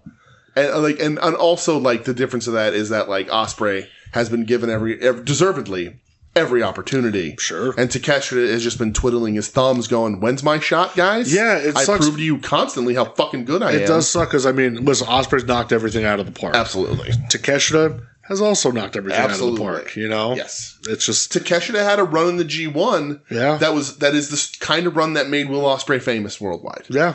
And, like, nothing was fucking done about it. So there was that report that a big push is coming. So honestly, this is like, I'll believe it when I see it. Right. But he is getting featured, and this is a thing. I don't know if they I'd have him pin Ricochet in this match. I would have Takeshita win the belt here, and then Ospreay and Ricochet can feud without a belt, have their thing going, whatever they want to do. I don't even know if they need to feud after I don't think this. they need. I mean, because it's going to end up Fletcher's going to cost Ospreay at Wrestle Dream. Yeah. Then Ospreay Fletcher going to feud. That's true. That can work. Because the problem is that, like, I honestly believe this, and not that Ricochet's a bad wrestler or whatever it means. It's fine. He was brought in for one match and they just did it. They're going to do it again. Yeah, it'll happen again, but there's other shit you could do. Yeah, there are. There are. But, and maybe him Takeshita he pins, and maybe him Takeshita become a thing for this belt. I don't know. Yeah, have a feud there. It's so fucking crazy, but it's like, I don't know, put him in a fucking tag team. Yeah. Have him and somebody, I don't know who, but have him and somebody in that division, you know? Yeah. Nothing wrong with that. Not at all. But he brings star power to the division. I mean, one thing I will say, the dude's fucking over. Yeah, like, crowd's going nuts for him. Yeah, you know? for sure. So it's like, do you want to maybe put in the tag division to beef it up a little bit? Or, you know, depends on where your focus is as a booker. Yeah. But I think a sign of good faith, I think you give Takeshita the win here. I would. And see what happens. I agree. So. The Jericho Learning Tree segment. That happened. Yeah, that happened here. We had the Mercedes thing where MVP gives her card. I'm just glad to see MVP, but more on that later where it's more important. But I liked one line of this from Jericho when he's like, all the dipshit idiots that were wrong about the TV deal. Yeah. It's like, good for you, Jericho. So how do you feel about him bringing up Jay? A lot of people said it was too far. Listen, it's fucking happened how many times in wrestling? Right. Bringing up dead relatives. Listen, if the person you're having the promo with is okay with it, go with it. That's what it is. Yeah. They would not do that without Mark's clearance. No, they would not. never. Jericho would be a fool to run it past them. Yep. Or not run it past them. Yeah, he would never do that. And the fact is that, like, this was a Jericho promo, and he's challenging Briscoe for the Ring of Honor title, and I'm like, I don't give a shit. Nope. And then Jericho said that line, and my head popped up and got away from my phone, and I was like, what the fuck did he just say? Yeah. And then Mark, like, hauls off on him, and I'm like, well, now I want to see Mark beat the shit out of Jericho. Yeah. Before that, I love Mark. I don't give a shit. But that it did add something. Yeah, it's cheap, but that's all Jericho knows. Yeah, because at this point, his shtick is so fucking bad. Yes. Darby Allin has an open challenge for Wrestle Dream. Mm-hmm. Don't know who that's going to be against. I mean, with the confirmation today was that Bobby Lashley signed. But with the way they're building, right? There's no point in having him. The only thing that I can see about him answering Darby's thing is that Lashley might be the guy who can throw Darby around the most. Yeah, he's just going to actually rip him in half. Right, like, I think he can throw him up to the second story of an arena. Yeah. Like, that's how fucking strong Bobby Lashley is. But we haven't seen him yet, so who knows? But yeah, that'll be interesting. It's got to be somebody returning or debuting. Right. It's really interesting that maybe it's Bandito returning. What is Kenny? No, Kenny's out there doing the press for New Japan. Yeah, but even in the interview, he's like, if I'm healthy enough, by Wrestle Dream, he wants him and Tanahashi, him and Tanahashi versus the Bucks. Yeah. It'll be interesting. It was also really interesting with NXT debuting on the CW this week that no Motor City Machine Guns. Yeah. So what's the deal? Where are they? Don't know what's going on. I know they're having another show soon in like St. Louis. Yeah. Maybe you could put them there. I don't know. But Darby, good to see Julia lost in her first title match. So that's great. That's good. That's how you do it. And Ethan Page is done. His push on the top's over. But I don't know who Darby. It's got to be a big thing because it's Darby. So who knows? Yeah. What if it's Sting's kid? That'd be wild. Because he said he's training him, and it's been how long since Sting retired? So the kid's been working a little bit. He's in the ring a little bit. That'd be sick. You think Sting's El Hijo de Sting. I was like, what would Sting's kid's name be? Sting Jr.? Stang? No, it's not Stang. That's Stang. For sure. There's already a Stang. Sting, I'm going to be Stang. Sting Jr., Steve Borden. Stunning Steve Borden. Oh, God, I don't know what is. And do you think he would do the Stinger face paint? No. Right. You're fucking DOA if you do that. It's his kid. Who knows? Mexican wrestlers wear their dad's masks, Heidenreich did face paint when he was in LOD. How'd that work out? I don't know. I love Heidenreich, so you're asking the wrong guy. Let's be honest. Third best member of LOD there ever was. What do you got against Ahmed Johnson? Son of a bitch. So this leads us into the Hangman versus the Juicer. I love this. Yeah, I mean, that was really good. Juice can go, man. Yeah, it was really good. I really love Juice. I think they have a top level guy there that they can get a lot out of. I think he stands out on the card. He can fucking go. Yeah, he's a good wrestler. And like they're in commentary, like somebody said he was like Bruiser Brody and Macho Man, and that's nonsense. I believe the Macho Man side more than the Bruiser Brody. Like, they're just saying he looks like Bruiser Brody because of the hair. Yeah, that's all. But like his personality stands out over everybody else on this roster, and he can fucking go. Dastardly Hanger wins because of a low blow. Because he's a dastardly man. So that's what we're doing there. But this ends up being, well, he does the rope hang spot on him, right? And and then because he goes into business, Hanger goes into business for himself after the match. And then it turns out that this program has kind of sort of all been because King Switch is back. Thank God. I'm so fucking happy. Great to see Jay. So happy. And again, the fucking the Gun Club not being involved in the tag division is fucking stupid. They're former champions, but then there's your 4-person group. You've got a couple combinations of trios. You have a tag team. You can have 2 tag teams if you wanted to put Juice and Switch in as a tag together. Well, yeah, look at that one match I had against FTR in an earlier collision was fucking amazing. And if you want, you have a tag team and 2 single stars, a mid card and a upper level. Like that's the way you should be structuring these things. And Jay White is back, and don't blow it again with him, man. Like, let's get him, get some gold. He, this is a former IWGP champion. He should have had gold within 6 months of being in the fucking company. Yeah. And I know that he came in, and a lot of people got signed around the same time. Sure, and that hurt him because Tony got him, and then Tony got a handful of other shiny new toys. Got shiny toys, and one of those shiny toys was Okada and Ospreay. Sure. So it's hard. But Switch. I didn't always feel this way. Plus, him getting turned into a complete fucking chump from that MJF match last year. Absolutely.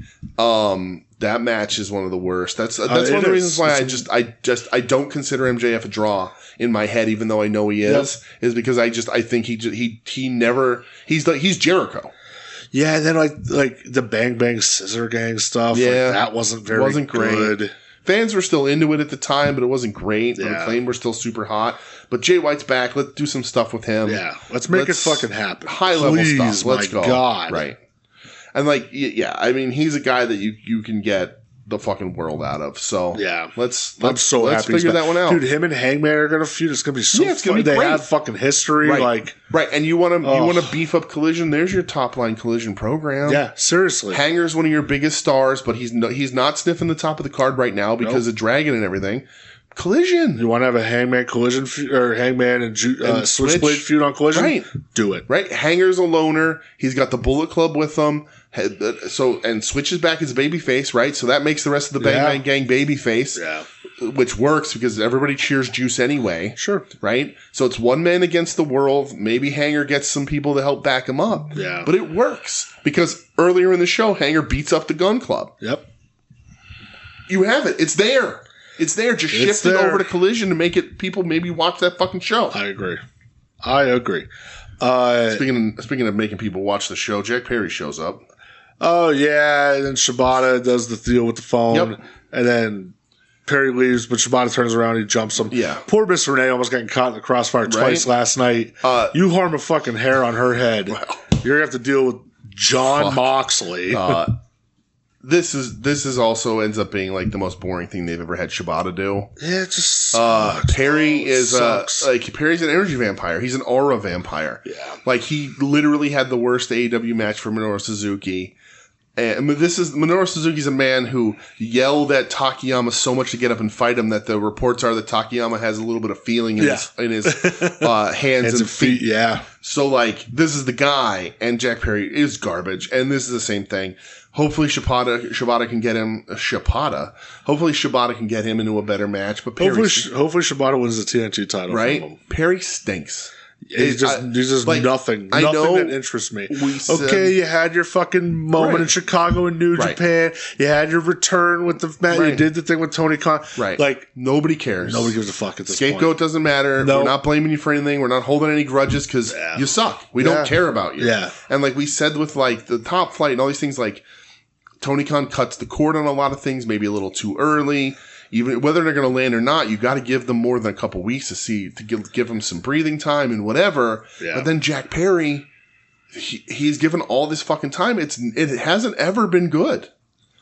I agree. So I don't fucking get it. But he likes them, so whatever. And again, I don't have to like everything on wrestling. So Hook's going to kill people, I guess now because Taz. They did the story of Taz getting... Oh, sorry, I jumped right over Britt Baker, Serena Deeb. You did. It's not good. It's not. It was better. It's just not good. It was better than Britt's last match that we saw her in. Yeah. And it's funny that Deeb is now the fall girl for this division. Yeah. I'm sure she fucking hates that. But Britt at least better than the last fucking absolute stinker she had. And importantly, Queen Amanama makes the save. Yeah. One of the highlights of the night. I don't know that Amanama thought about or cleared those shorts with TV in any way. Cleared them with me. That's good enough. Yeah, absolutely. But yeah, so they go backstage. Hook gets interviewed because they ran the story of Taz getting jumped in the parking lot. Yes. Before the show. Yeah, that's super weird. I think he's getting knee surgery. Oh, okay. I remember him like a couple months ago on Twitter talking about how his knees are pretty shot. Yeah, okay. And I think he's actually getting it taken care of now. Okay. And he's always the professional, got to work the gimmick. Of course, brother. Of course, brother. Right. And Hook says, you mess with my family, you start shit with my family, like whoever it is, I'm going to find you and hurt you. Yeah. Willow and Mariah May have a little... You're the shady bitch here. Oh, yeah. It's very funny. Yeah, Willow and Mariah May have their little bit back and forth backstage. Yeah. Let's make it happen. Yeah, it's great. Great program. God, Willow's going to lose. Yeah, I don't think Willow's going to lose, and like Mariah, I think she's doing a good job, but she hasn't found her connection outside of the Tony Storm thing, so who knows? No. It's all a holding pattern until Tony gets back. It seemingly is that way, that they're going to want Tony to get that title back off of Mariah. Or just feud with her again and have Mariah beat her, I guess. Right. Next up, Private Party. No, there's nothing. Oh my God, who cares? That's what I have in my notes. This happened. So they told us there was an overrun, right? They were like, there's at least there's going to be like a half-hour overrun on this show. All the DVRs set it to 10:30. And I'm like watching the clock, and I'm like, all right, we got some cool stuff. And then these guys come out. I'm like, what the fuck? What? Yeah. Did something happen and he needed to send somebody out to fill fucking time? Like, because this is bad, and it's just a squash. Yeah, and then it's just to lead to them versus. And they cut a horrible promo.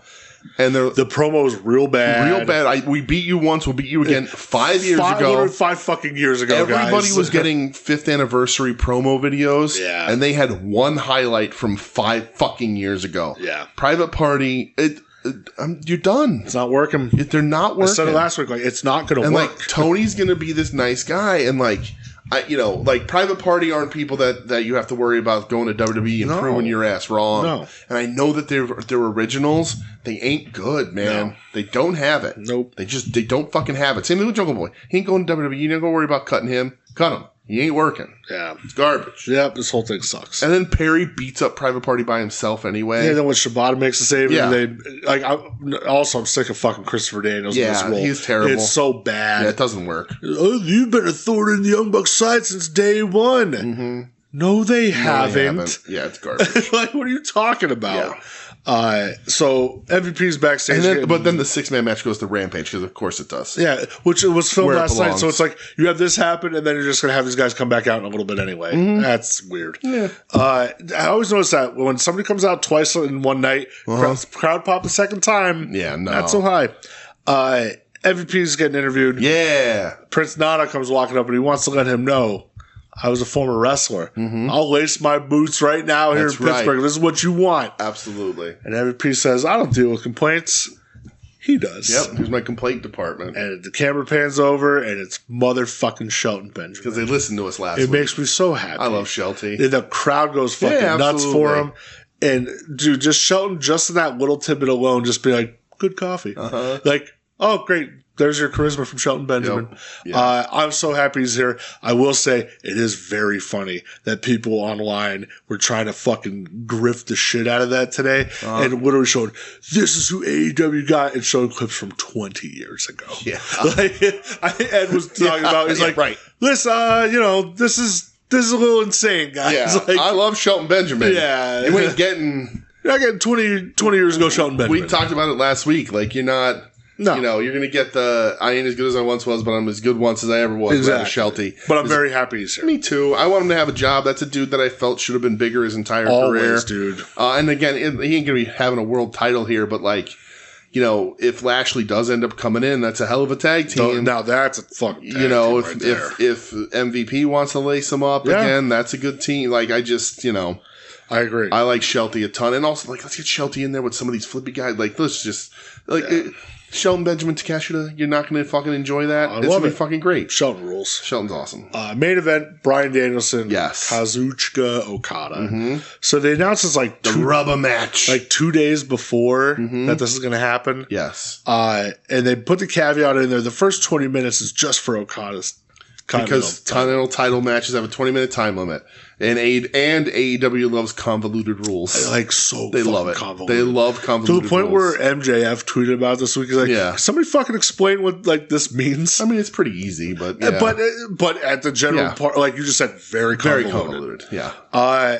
So just don't put the just don't put it on the line. Just don't put it on the line. Because here's the thing: we know Dragon ain't losing this. No. Right? He ain't gonna lose the world title. So, just don't put it on the line. And, just don't even have it on the line. Right. I agree 100%. Listen, man, I thought it was really fucking good. It was really good. This is a match that TV commercial breaks hurt it for me. Because the previous 2 matches I've watched them, it's just been bell to bell, no commercials. Mm-hmm. And the commercials happen here. It just kind of kills momentum a little bit for me.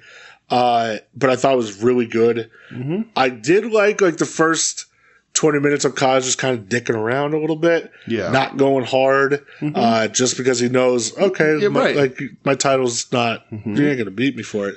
He slides out of the ring when he gets big moves. But then smart wrestling. After the 20-minute mark, he turned it on. Absolutely. And he's like, okay, fuck it. I'm going to try to win this world title now. Right. I like the reversal of Dragon hitting the Rainmaker. Mm-hmm.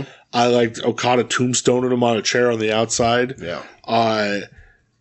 The finish is tough because you have Claudio and Pat come out in the crowd. Yes. And they end up distracting Okada by accident. Right. And Dragon just hits him with the backslide 1, 2, 3, which, listen, it's a backslide. Fuck yeah. I'm all about a backslide. Me too. But they should have staged it better. Because Okada's not the best actor because it's not his position normally. So, just them being in the crowd should make Dragon nervous, not Okada. Yeah. But if they get up on the apron and Dragon, reverses Okada into them, then he can get the advantage of him. Yeah. And hit the backslide for the win. And then it's they kind of helped Dragon win, which is what they didn't want to do. He makes them look like fools a little bit, and then that's why they get the ring and beat the shit out of him again. But yeah, weird that Okada was distracted enough by guys who were arguably no threat to him. Yeah, and then Okada post-match hits Dragon with the Rainmaker. Yeah. He flips off Pac, he flips off Claudio, and I go, oh, he's got a beef now. Yes. They're not going to follow up on that. No. It's not until at least Dragon's gone, if they ever do. I'll take Okada Pac whenever they want to give it to me. Okada Claudio? Yeah, right. Let's make it happen. Yeah.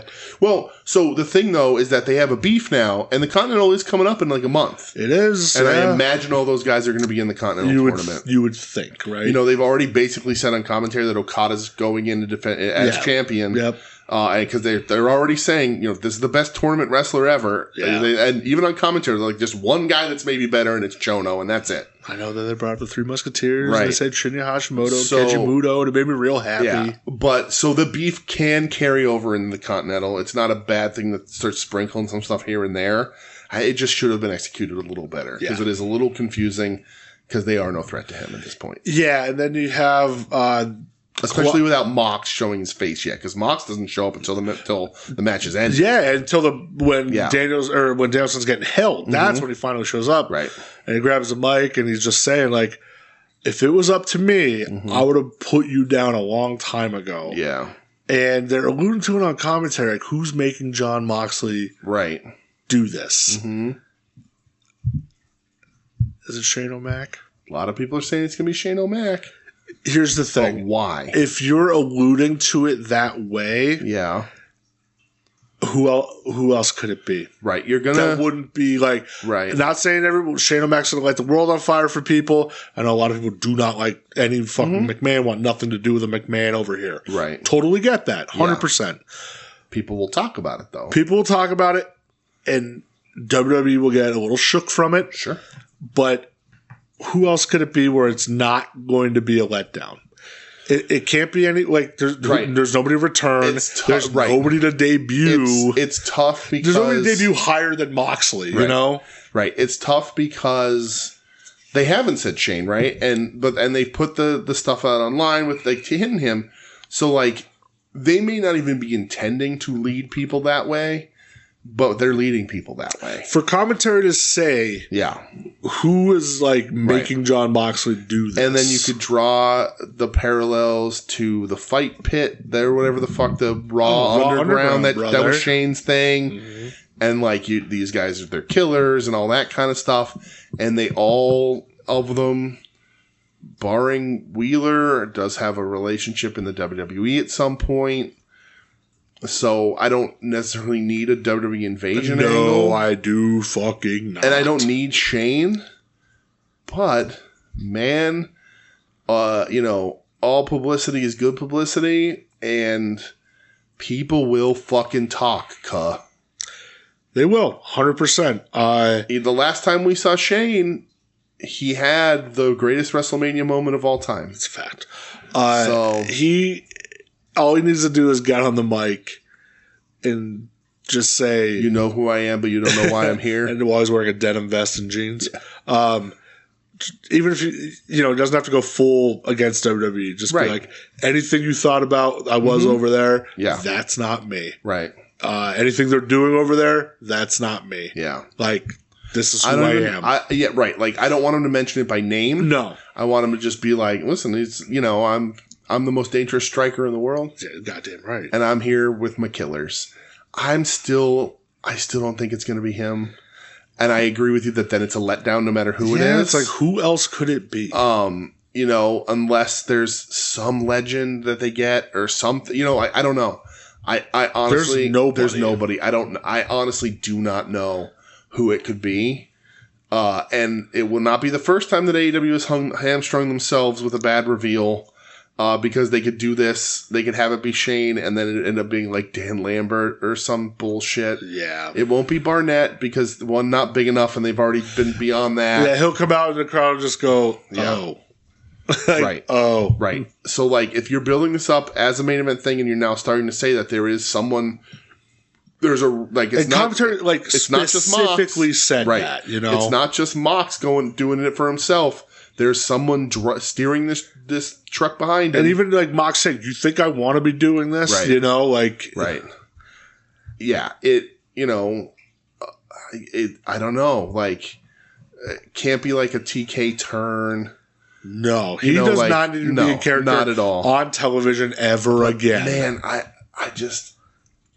I don't know how I'd feel about Shane being there. I don't have a problem with Shane. So I said this...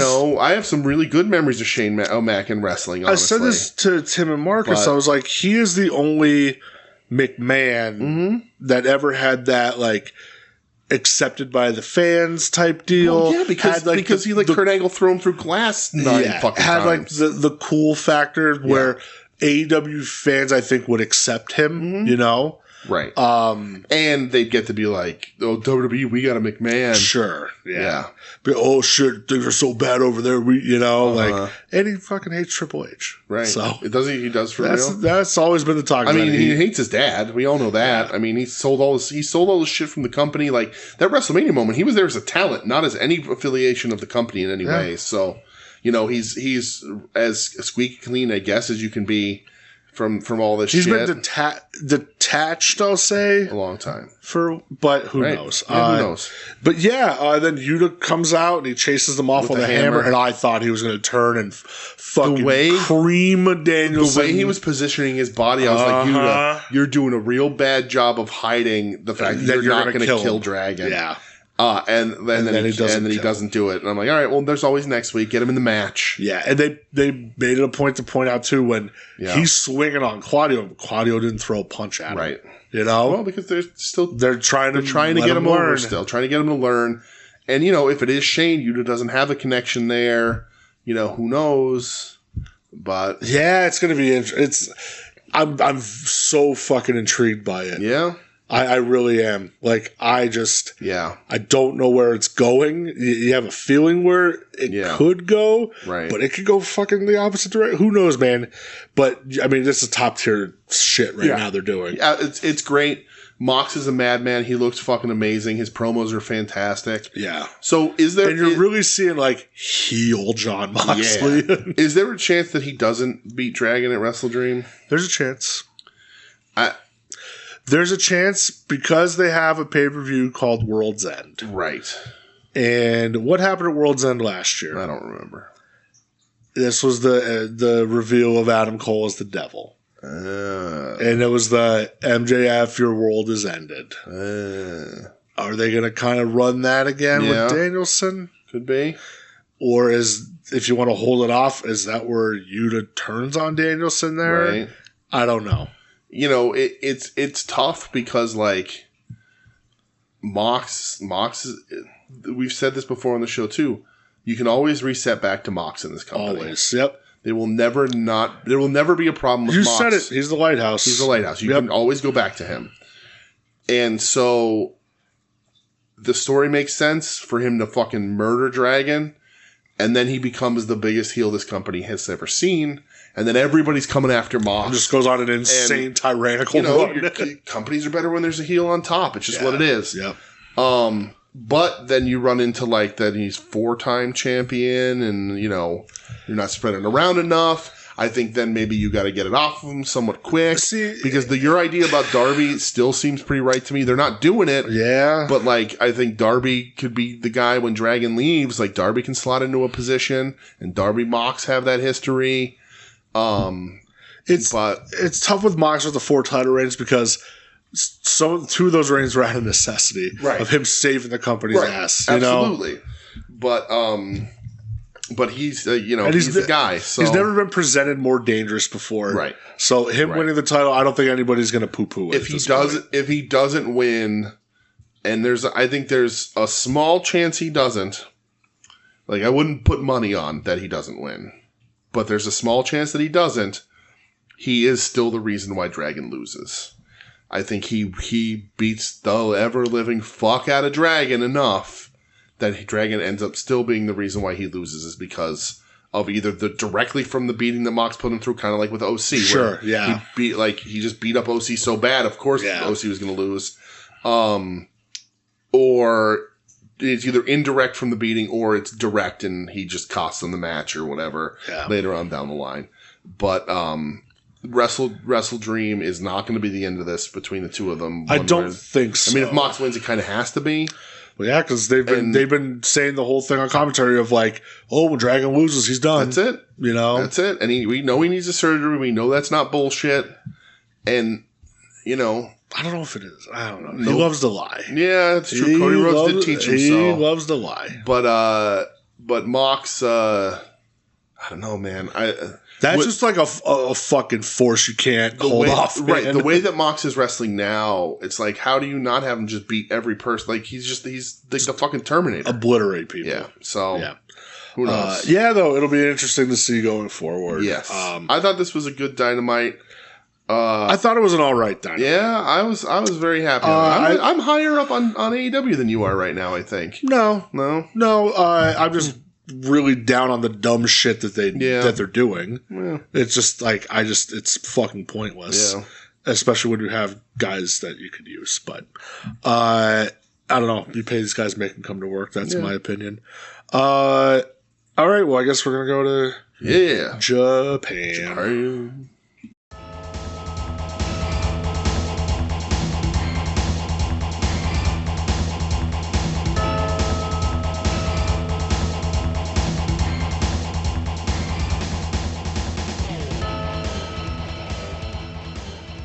Hey, we made it. We're here. Looks like we made it. Where are we going? I don't know. Where do you want to go? I have DDT. I have Stardom. Well, you didn't do Stardom, did you? No. I got Stardom, so let's start there. I did watch the first tag match with Tony Storm and Mina Shirakawa versus Azumi and Mayu Iwatani. Leading to this weekend is Tony Storm versus Mayu for the IWGP Women's Belt. Yes. It's Saturday night. They did do a 6-woman match, but I did not watch that. But this was fun. People were saying that like it wasn't very good and Tony didn't look great. I thought she looked fine. Lots of butt spots, and Mina and her shaking their boobs. Tony remains a delight. She's just fun. The character is all in over there. Mina came out first, then the other tag team came out, and then Tony came out last. Everything went black and white. Of course. All that sort of stuff. It was a ton of fun. Tony pins Izumi for the win. And then she cut the promo backstage or wherever it was. Which one? The one was the one about Stan Hansen before this match or after? I think it was after. I don't know, but that was at a different Portal press conference thing. That was a press conference. Okay, yeah, for the Maya thing. But I thought she looks good. God, that fucking promo is amazing. It's so funny. She got lariated by Stan Hansen, but not with his arm. Yeah. I don't know if you saw it. I shared it in the Discord, but Juice did an interview. I saw, yeah. And he was like, "What's it like?" And he's like, "She's a crazy person. Like she's colorful. Don't let the black and white fool you. She's nuts." He goes, as her mother says, she lost the plot. Yeah. Did you see her other promo that she cut backstage after the 6-woman tag? Yes. Amazing. Yeah, she's great. I watched that. I guess today. Yeah. Maybe. When she sings, "I'm timeless." Yeah. And she says, "Fuck you, Mai Iwatani. You can fuck off, you bitch." So funny. I love Tony. And she gets a good reaction. Her and Mina are friends, and Tony was like, "I've never heard the name Mariah in my life." Very funny. Listen, she's got Mothra doesn't have flaps like she does. There you go. That fucking oh my god, it's amazing. Yeah. God bless Tony Storm forever. Yeah, really great stuff. It's good to see her over there. Now come back here so we can have good TV. So that's this weekend? That I believe it's the Saturday the 5th. Yeah. All right, cool. Pretty sure that's her Mai. Oh yeah, because that's the one that I think they're doing live. They have English commentary. Oh. So well, look at that. Did you watch anything from Marigold? I did not. Okay. So I watched a match. Mm-hmm. It was Miku Aono versus Nene Takahashi. 15 minutes. They go to a draw. Lots of draws in I'll tell you what though. What I liked about it was they're both eliminated. There's literally nothing to wrestle for, and they still went fucking hard. Yeah. They were just headbutting each other, throwing stiff lariats, and I'm like, you know what? I like that. That makes me happy. Yeah. I didn't watch the finals, but Utami Hayashishita won the tournament. Oh, really? Yeah, against Mai Sakurai. Oh, good. So Utami, the straightest wrestler in the world, is officially the winner of the Dreamstar Grand Prix. She didn't have the best match, though. No. That belonged to Koki. Oh. And Koki got a trophy of it. It said best match in 2027. Nice. Well, so good. That's she's going to have the best match of the tournament for the next 3 years. That's why. Did you watch it? Koki. Did you watch anything from New Japan? I did. Okay. Because you said something to me in the car the other day. It shocked you? And I was like, "Heck, you're just lying. That is not a thing that's possible. That's not a thing that's ever happened in the history of this world." And I was like, "Well, I guess I'm going to watch it so I can prove Brett wrong." I watched Yoshihashi versus David Finlay from Destruction in Nagoya. Is that what it was? Destruction in Kobe. In Kobe. And I don't understand what's happening in the world of professional wrestling. Maybe I don't understand wrestling the way I used to. I'm very confused. Because I started this match, you told me that it was very good, and I was like, I'm going to watch it. And Yoshihashi comes out, and he's in the worst shape he's ever been in his entire life. With his dumb face? With his dumb face, looking confused, carrying a stick. He's pushing his belly out. He's got enough back fat that his shorts are tight enough that they make it look like his ass crack comes up to the middle of his fucking back. And I'm like, what the fuck is happening? And then David Finlay's there, and I'm like, I know I don't like this guy. I'm not a Finlay guy. And this match rules. Thank fucking God. Oh, I knew I got him. It's so good, dude. Right? Why is it so good? I don't understand. Like, the thing about these two guys now, more importantly, David Finlay, because Yoshihashi has been a very talented tag wrestler and has changed. Sure, absolutely. We said that over the last couple of years, started teaming with Ishii, he became a better wrestler. Goto. But Goto. Yeah, Goto, and then, yeah, you're right. But, like, if David Finlay has had the ability to do this, right? Why doesn't he do it? Where's it been? Because he had that really good G1 2 years ago or whatever that was. Yeah. Why aren't you doing this if you can do this?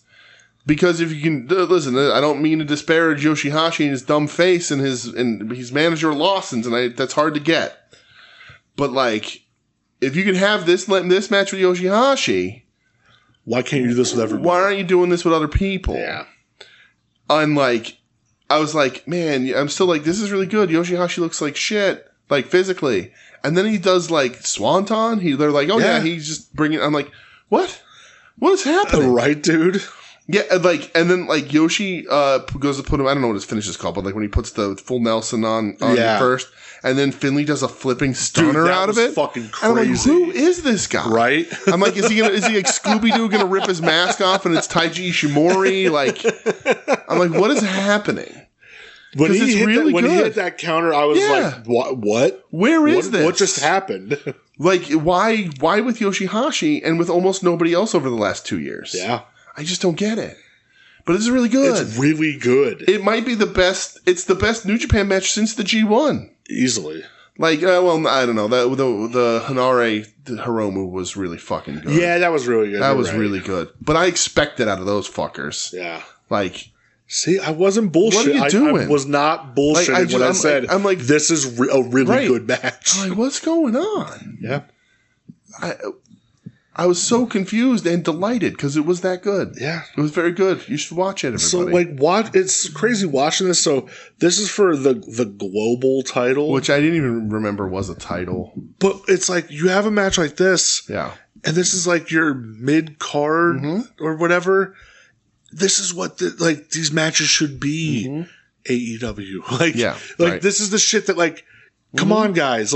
If these two can go out there and make a fight over this title that means nothing this fucking good, come on. Why can't everybody do this, you know?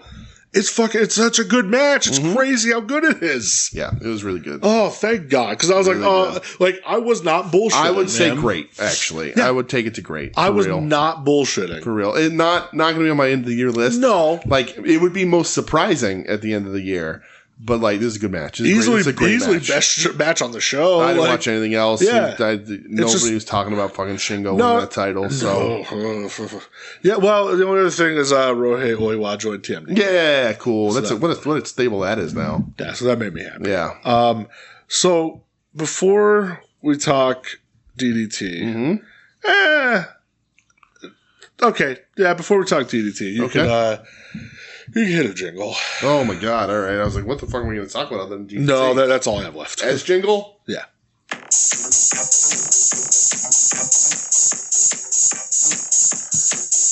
이제 이번 주에 에드 코디 질문입니다.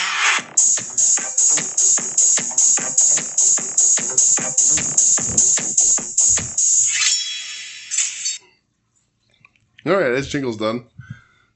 I pray that comes through.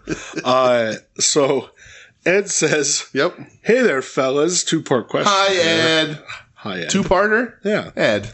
What we tell you? This week only, but I'm in a good mood. So Ed, number one, I asked this to the Ad-Odds guys. I'm going to ask you.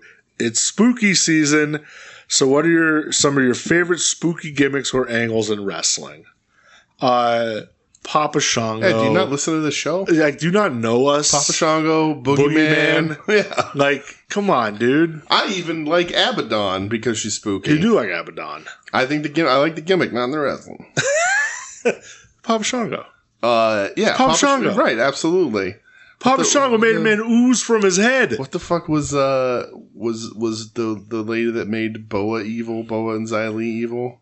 Oh, Wendy Chu. What the fuck was her name? It wasn't. Wait, it was Wendy Chu. Was it really? Yeah. What the fuck was her name, though? Mai Ying? No, I don't know. That's easy. Mai Ying is from Big Trouble in Little China. Yeah. I truthfully don't know. I don't remember. Man, what the hell was her name? I don't even know. I have no clue. I really don't remember. I don't remember what year it was to look it up. Xia Li and Boa, right? Yeah. When evil Boa, the Boa Constrictor. Mm-hmm. What was her name? Oh, man. I'm looking now. Are you searching evil NXT gimmick? You're going to get a lot. I know. I'm going to get a lot. Oh, my God. Evil NXT lady that sat in chair. It's like, Xia Li is an evil cop. That works. Okay. It works on a level. Ain't mad at that. Oh, man. What the hell was the name? Oh, man. I don't know. I don't remember. I truthfully don't remember. Dude, we're stuck. NXT evil witch lady? Because she never wrestled. Wasn't it Wendy Chu? No, Wendy Chu's evil now. Yeah, but can't you look up like... No, I don't think it was Wendy Chu. No, I don't swear it was. All right, well, sorry guys, we're... oh, man. We're stuck. We're completely stuck. No, I don't want that on my phone. Well. Oh, man, I can't believe I don't remember. I mean, it's a good thing that's been scrubbed from the internet, but... Yeah, what the... I'm completely heartbroken. I Mei can't. Ying. Mei Ying. Sounds close. Yep. And it wasn't Wendy Chu? Yeah. Was it really? Mm-hmm. I had no idea it was Wendy Chu. That's a weird thing to have her do. Huh. Mei Ying. I thought it was like an NXT lady they had like passed off. Fucking Mei Ying. I'm shocked that was Wendy Chu. Yeah, it was Wendy Chu. That's crazy. The Chu Crew. Woo woo. The Chu Crew. Yeah, Chu Crew, baby. All right, where the fuck were we? Oh, spooky gimmicks. Yeah, it's Pop Shango, dude. Boogeyman. Yeah. Yeah, absolutely. That's who it is. That's all it needs to be. That's crazy that was Wendy Chu. Yeah. What a good job she did. Yeah. Dungeon of Doom. Yeah. I like, for as much shit as people look back on WCW and they're like, that era sucked or whatever. Yeah. Dude, as a kid, I was all in, brother. All in on them. Are you fucking kidding me? Yeah. Sullivan, my son. I love that shit. Yeah. I mean, you had the Zodiac. You had the Shark. Kamala, Vader, the Giant. Yeah. Like, what more do you want? Right. I agree. It fucking ruled. The Misfits in WCW, that was spooky. That's a different kind of scary. That's true. It is. I'll never I just have the image of Michael Graves pouring barbecue sauce on Ed Ferrara dressed as Oklahoma, and Dr. Death Steve Williams versus Jerry Only in a steel cage. Jerry Only doing the scream, and Doug had it on a VHS tape. Yeah, and we watched it in his old apartment, and that part happens, and we both had tears in our eyes. Yeah. Oklahoma, well, you know what? Oklahoma. I'll tell you what. Who's an underrated spooky character all the way? Hollowicked. Yeah, for sure. Hollowicked's a great spooky guy. Yeah. The rest of them are fine too. Ultramantis isn't necessarily spooky. He is, but he's not. He's scary. But Hollowicked's particularly very, very spooky. Same thing with Ichabod Slain. Ichabod Slain. That's for three people. Yep, that's a fucking throwback there. So, yeah. Papa Shango is one of my all-time... and Boogeyman. I also love the Boogeyman. So, though, I mean, those two, I adore all-timers for me, not just spooky gimmicks. Papa Shango especially, I love. But I was a huge boogie. We all have our Papa Shango love, and I have the big boogeyman that actually Joe bought me years and years ago for my birthday. I have the big boogeyman downstairs. Yeah, I'm a big boogeyman fan. So this is a crazy side note. I just got a thing on my phone. Kirk Cousins threw for 509 yards tonight. Jesus Christ! They won in overtime against Tampa Bay. Wow, that's 509 yards and you got to go to overtime. Yeah, crazy. 36-30. I heard that Tom Brady said that. Tampa Bay wasn't meant to be like preschool or babysitters there. What's his name? Baker. Yeah. They're having a little bit of a feud. Yeah. But there you go. That's the first part of your question. What's the second part? Second part. Been thinking a lot about this Warped Tour comeback next year. Mm-hmm. I know it won't be the same. I'm not a relive your youth person, but the Warped Tour was the highlight of my summer for a good chunk of my teen years and young adult life. While this one won't be the same, I know I'll end up going if they just call it Warped Tour and put Less Than Jake on it. Okay. So what tour band do you wish you could see come back, or maybe just do an old school tour where they play the songs from your youth? Like a Warped Tour band specifically? No, just any band. Okay. So, Ed, I just got to experience this with Slipknot playing their whole self-titled for 25-year anniversary.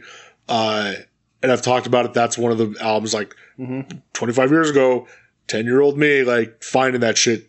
Yeah. Definitely changed my life. So seeing that was a big fucking deal to me. Yeah. So Ed, listen, I've gone to Warped Tour a bunch. Me too. You've gone to Warped Tour a bunch. Mm-hmm.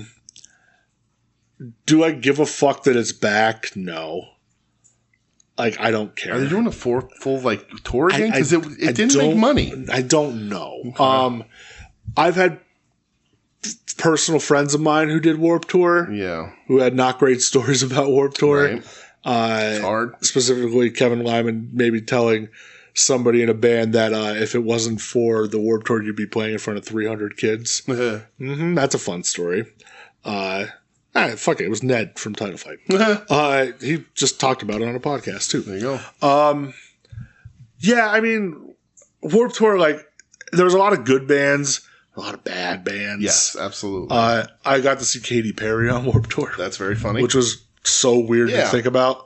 But there was a year of Warped Tour where got there early, watched, God damn it, why can't I think of their name right now? Street Dogs. They're one of my big Warped Tour bands. I love seeing them. Went and sat under the fucking main pavilion at Montage for 5 hours. Right. Because there's literally nobody else we wanted to see. Yeah. There's nobody.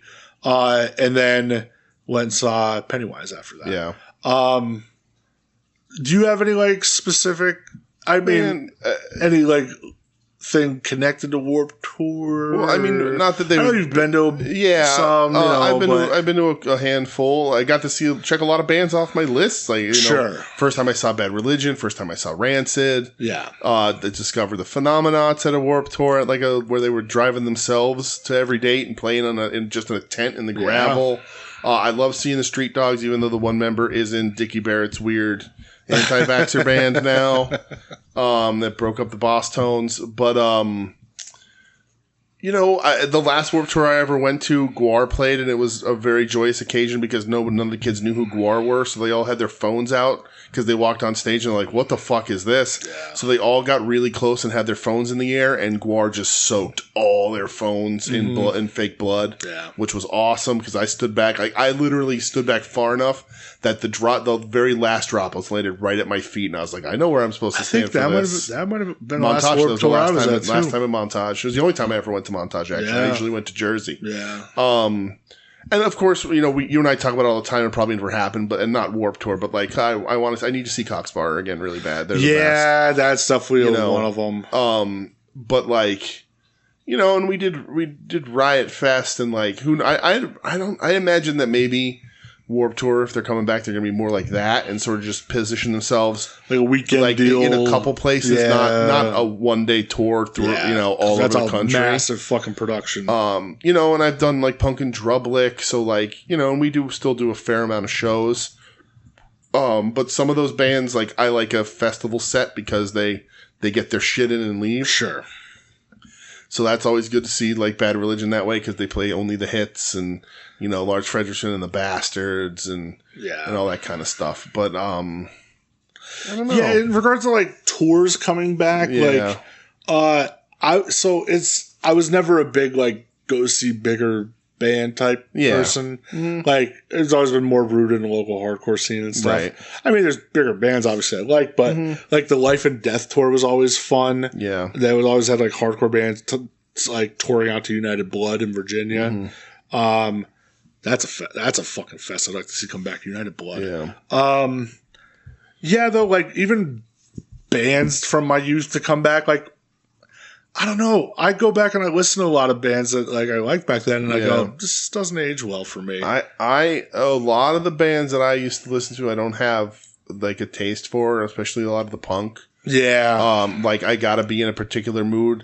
Coxbar is not one of them, but like I like Sham 69, who I used to love. I used to at one point called my favorite band. I don't have the taste for them really anymore. That's like if you throw on the Casualties to me right now, I'd probably like, you shut it off. Yeah. Like, I don't have it anymore. And that's the thing with like Warped Tour. Like a lot of the bands that I used to go to Warped Tour to see either still tour and have seen them recently, or somewhat recently, or was going to see them or they canceled, like Bad Religion, but like we still see Rancid plays all the time, and then like Descendants and Circle Jerks all the time, all that's the Street Dogs are done, Dropkick Murphys, who I don't particularly like, but they play all the time still.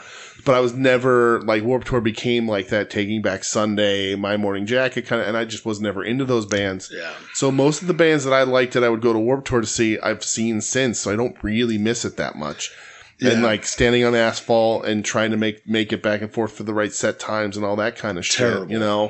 I was really happy that I got to see what the fuck's the name of that pirate Irish band that I made you guys listen to a whole bunch. They have the song "Fucked with an Anchor." But then it came out that that the lead singer was a fucking scumbag, so I don't listen to them anymore. So Yeah, that was the end of that. But and I hate to even I don't want to come off this way, but a lot of times, too cool for the room. No, but a lot of times, when I was going to Warped Tour, it was because my friends were like, "Hey, you're on a list, whatever." Yeah. So I'd go, I'd watch the bands I want to watch, which was mainly hardcore bands, and I'd just bounce. Yeah. That's. And I think that's the thing for me right now is that over the past however many years, I listen to mostly hardcore and metal. I listen to more metal now than I've ever listened to in my entire life. And that's just not the place for Warped Tour. So that's perfect because Warped Tour's not the place for them. If the Mayhem Festival, if that were to come back, I think that might be something you would want to go to. TNT Fest. I don't think they do those anymore, right? No, I don't think so. Wherever that was, Connecticut or whatever, that was hardcore. But that would be a thing where I think Mayhem Festival, when I saw, I think was it Motorhead and Slipknot and Anthrax? I think that one time, right? If you're into more metal, but that tour hasn't been around. Yeah, I think they're talking about having it come back. I never went to an Ozfest. See, and right now, granted, it would be full of a lot of Rod Radke would be on that now. But it's just not, In my prime coming up, man, I hit one Ozfest and it was heaven. Right. Yeah. 2 stages, that's it. Mm-hmm. Second stage, main stage. Right. That's all it fucking was. Yeah. But yeah, there even I see a lot of tours that happen right now, and I just go, yeah. I'm right now there's a Hatebreed tour, and I'm Carcass. Mm-hmm. And Harm's Way. I'm I'll just catch Harm's Way another time. You're right. And that's the thing. We go to a ton of concerts still. We're still seeing all that shit. That Drain tour that happened this past summer was great. Yeah. Drain, Terror, Twitching Tongues, King 9. Plus, different regions had different bands and stuff, which I think that's almost a smart way to do it now. Yeah. If these bands don't want to do full tours, but they say, we could do a couple days. Yeah. Oh, play this show then. I'd much rather, instead of having come back, I'd rather get the pencil and fill a Warped Tour day with bands like Gel and Come Here that we're just talking about. And, put the local band Pucker Up on a small stage and then have it flushed out with some bigger bands and do it that way. But Ed, I might be going to Skanksgiving in November, so... I won't be. I'll be on a boat. So, that's the only reason why you won't go. Yeah, totally. The only reason I won't be there. Yeah. So, I'll send you, I'll FaceTime you so you can enjoy Goldfinger. I'll send you pictures of me on a boat. Okay. But there you go. Is that it? That's it, Ed? Yes, that's it. All right, thanks, Ed. Thank you so much. Thanks, bud. The reason I wanted to ask this question there, because I have one match to talk about from DDT. Ooh, I forgot I do too. DDT Dramatic Infinity. Yes. I watched the main event. You watched the main event. I did. Mao, team with Yuki Ueno. Yeah. And Kasai Takeshi. Mm-hmm. The K-pop Dreamboat. This man, and I saw people asking about him in the Discord. This cannot possibly be a person, a real human being. This man was built to be the most handsome person on the planet. They were we're going to manufacture incredible jawline. Maybe the best looking person I've ever seen in my entire life. Yeah, he's a dreamboat. Insane looking. Yeah. People spend tens of thousands of dollars to look like this guy. Yeah. That's how handsome this guy is. And they were going up against the team of Schadenfreude International. And he can wrestle. Takeshi Masada, Chris Brooks, Masahiro Takanashi. So I have a question really quick. I tried Googling the shit out of it, and I think that maybe my wires are crossed and it's not a wrestling thing. But Masahiro Takanashi looks like I don't remember if he was FMW or what, or Joke Promotion, whatever.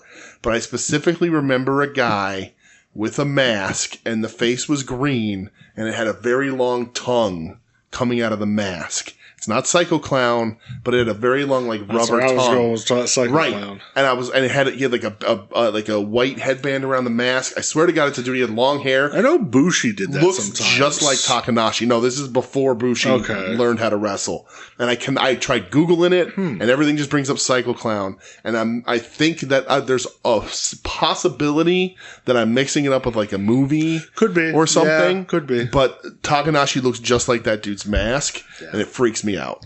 But anyway. Listen, dude, this match fucking rocks. This was a ton of fun, man. This was great fun. Yeah. Kasai Takechi is a natural. And Takeshi Masada. So, right. So, Takechi, not everything he does is perfect, but he can really hit the high spots really, really well. So, he's super impressive to watch. Yep.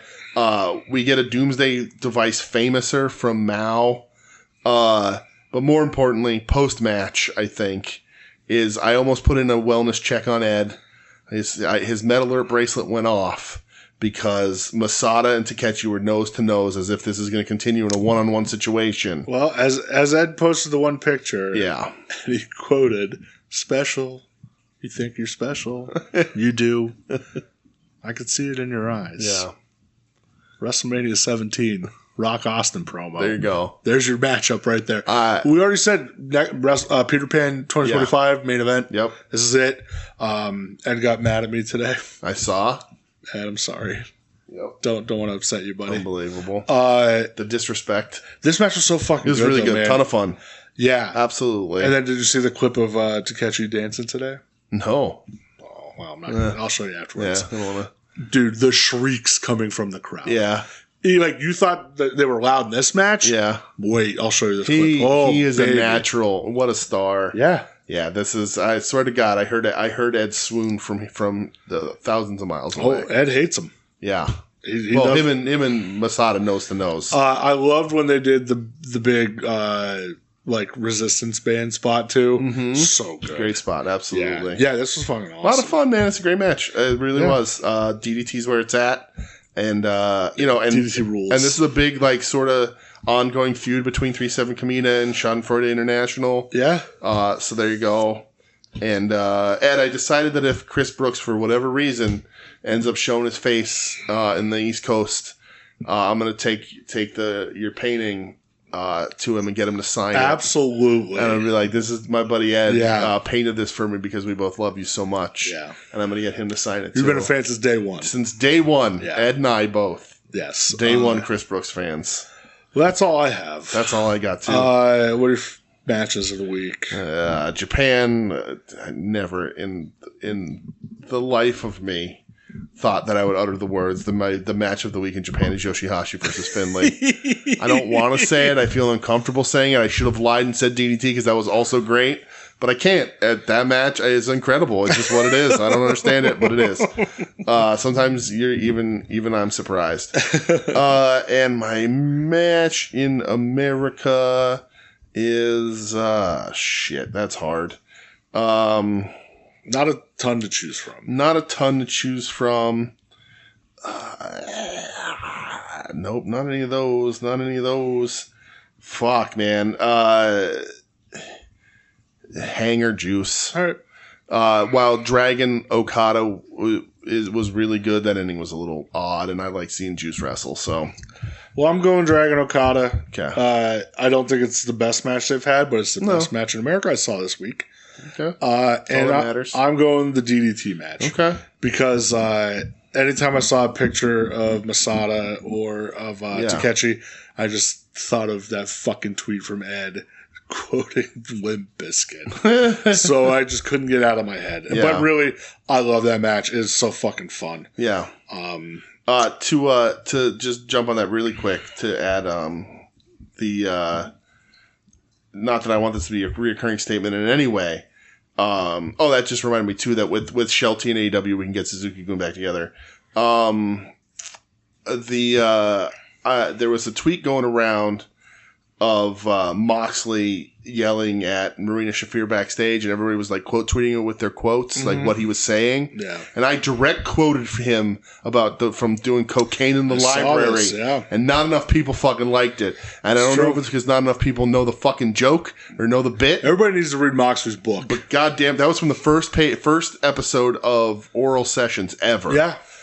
Go back and listen to that shit. Even Renee is like, you got fucked up on cocaine and would go to the library? He's just like, yeah. Mm-hmm. So, God bless him. That's my internet complaint for the week. Did you buy anything this week? I did. I walked into a store and walked out with my first ever AEW Chase figure. Right. I got the MJF as the devil, which is probably one of my least favorite gimmicks. Was that the Wilkes-Barre Target? It was the Wilkes-Barre Walmart, my friend. Really? It certainly was. Because the Wilkes-Barre Target is deader than dog shit, brother. No. No? I went there yesterday. Oh, really? They had, from that same line with the MJF, they had the Lionheart Jericho, they had Saraya, they had Samoa Joe, they had Daniel Garcia. Oh. They had a bunch the Walmart had a Yuta and a Joe, and then the Jericho and the Lionheart. They had a bunch of Britt Bakers just hanging there. The Brits, yeah. And they had a few from the New Legends line. Oh, really? King Booker. Oh. They had IRS. Oh. They had Tugboat. Oh, okay. I was going to buy Tugboat because it's a new face. I looked at the face, it's like scuffed as shit. Yeah. I was like, nope, not doing it. What did you went Wednesday? Yeah, just yesterday. That's funny. I was there Tuesday morning and they had nothing. Yeah, just yesterday. Nothing at all. There. But they had the lady was 2 aisles over with the push cart filling the Barbies. So I was probably too early. Oh, yeah. And then I went over to the Walmart, but it was the Walmart that had the MJF. Wow, look at that. Yeah. Look at that shit. Say it was right behind one. It was behind somebody. I don't remember who. I didn't buy anything. All right. I did get my Phoenix Marvel Legends in today. Oh, yeah? I have to say, dude. Nice. Oh, my God. It's so sick. That's cool. But yeah, other than that, All right. that's all I got. Well, let's get the hell out of here. This has been We Need Wrestling. Thank you for listening. You can find us online at We Need Wrestling on social media, We Need Wrestling at gmail.com. If you have a question, concern, complaint, suggestion, whatever, praise. Praise me. I have a praise kink. Praise me. And Jesus Christ. so you can email the show there with any of those things. We are a proud member of the soon-to-be-named network at STBN Network on social media, soon-to-be-named network.tumblr.com for all those shows together. Wings on Wings, our other show, which is on hiatus because we can't figure out when to get everybody together because we only have 2 episodes left of that goddamn show. Literally, that's it. And we need everybody for it. And because we have a big announcement coming out, a big-ish announcement coming up. So we're waiting, and we apologize, but it is what it is. All dozen of you can wait. Add-ons with wrestling, Long Box Heroes After Dark, Final Wrestling Place, to Heal Up Tim. They'll be back next week. Hayabusa Speed, if that probably will never happen again. I miss it. What else? Puzzle Warriors 3, Profane Argument. Is that everybody? I think that's everybody. I think so. I think we got them all. Sign up for the Patreon. Sign up for Ad-Odds or Long Box Heroes Patreon or whatever. We should get a Patreon. Just charge $1 to get in the Discord. But we're good.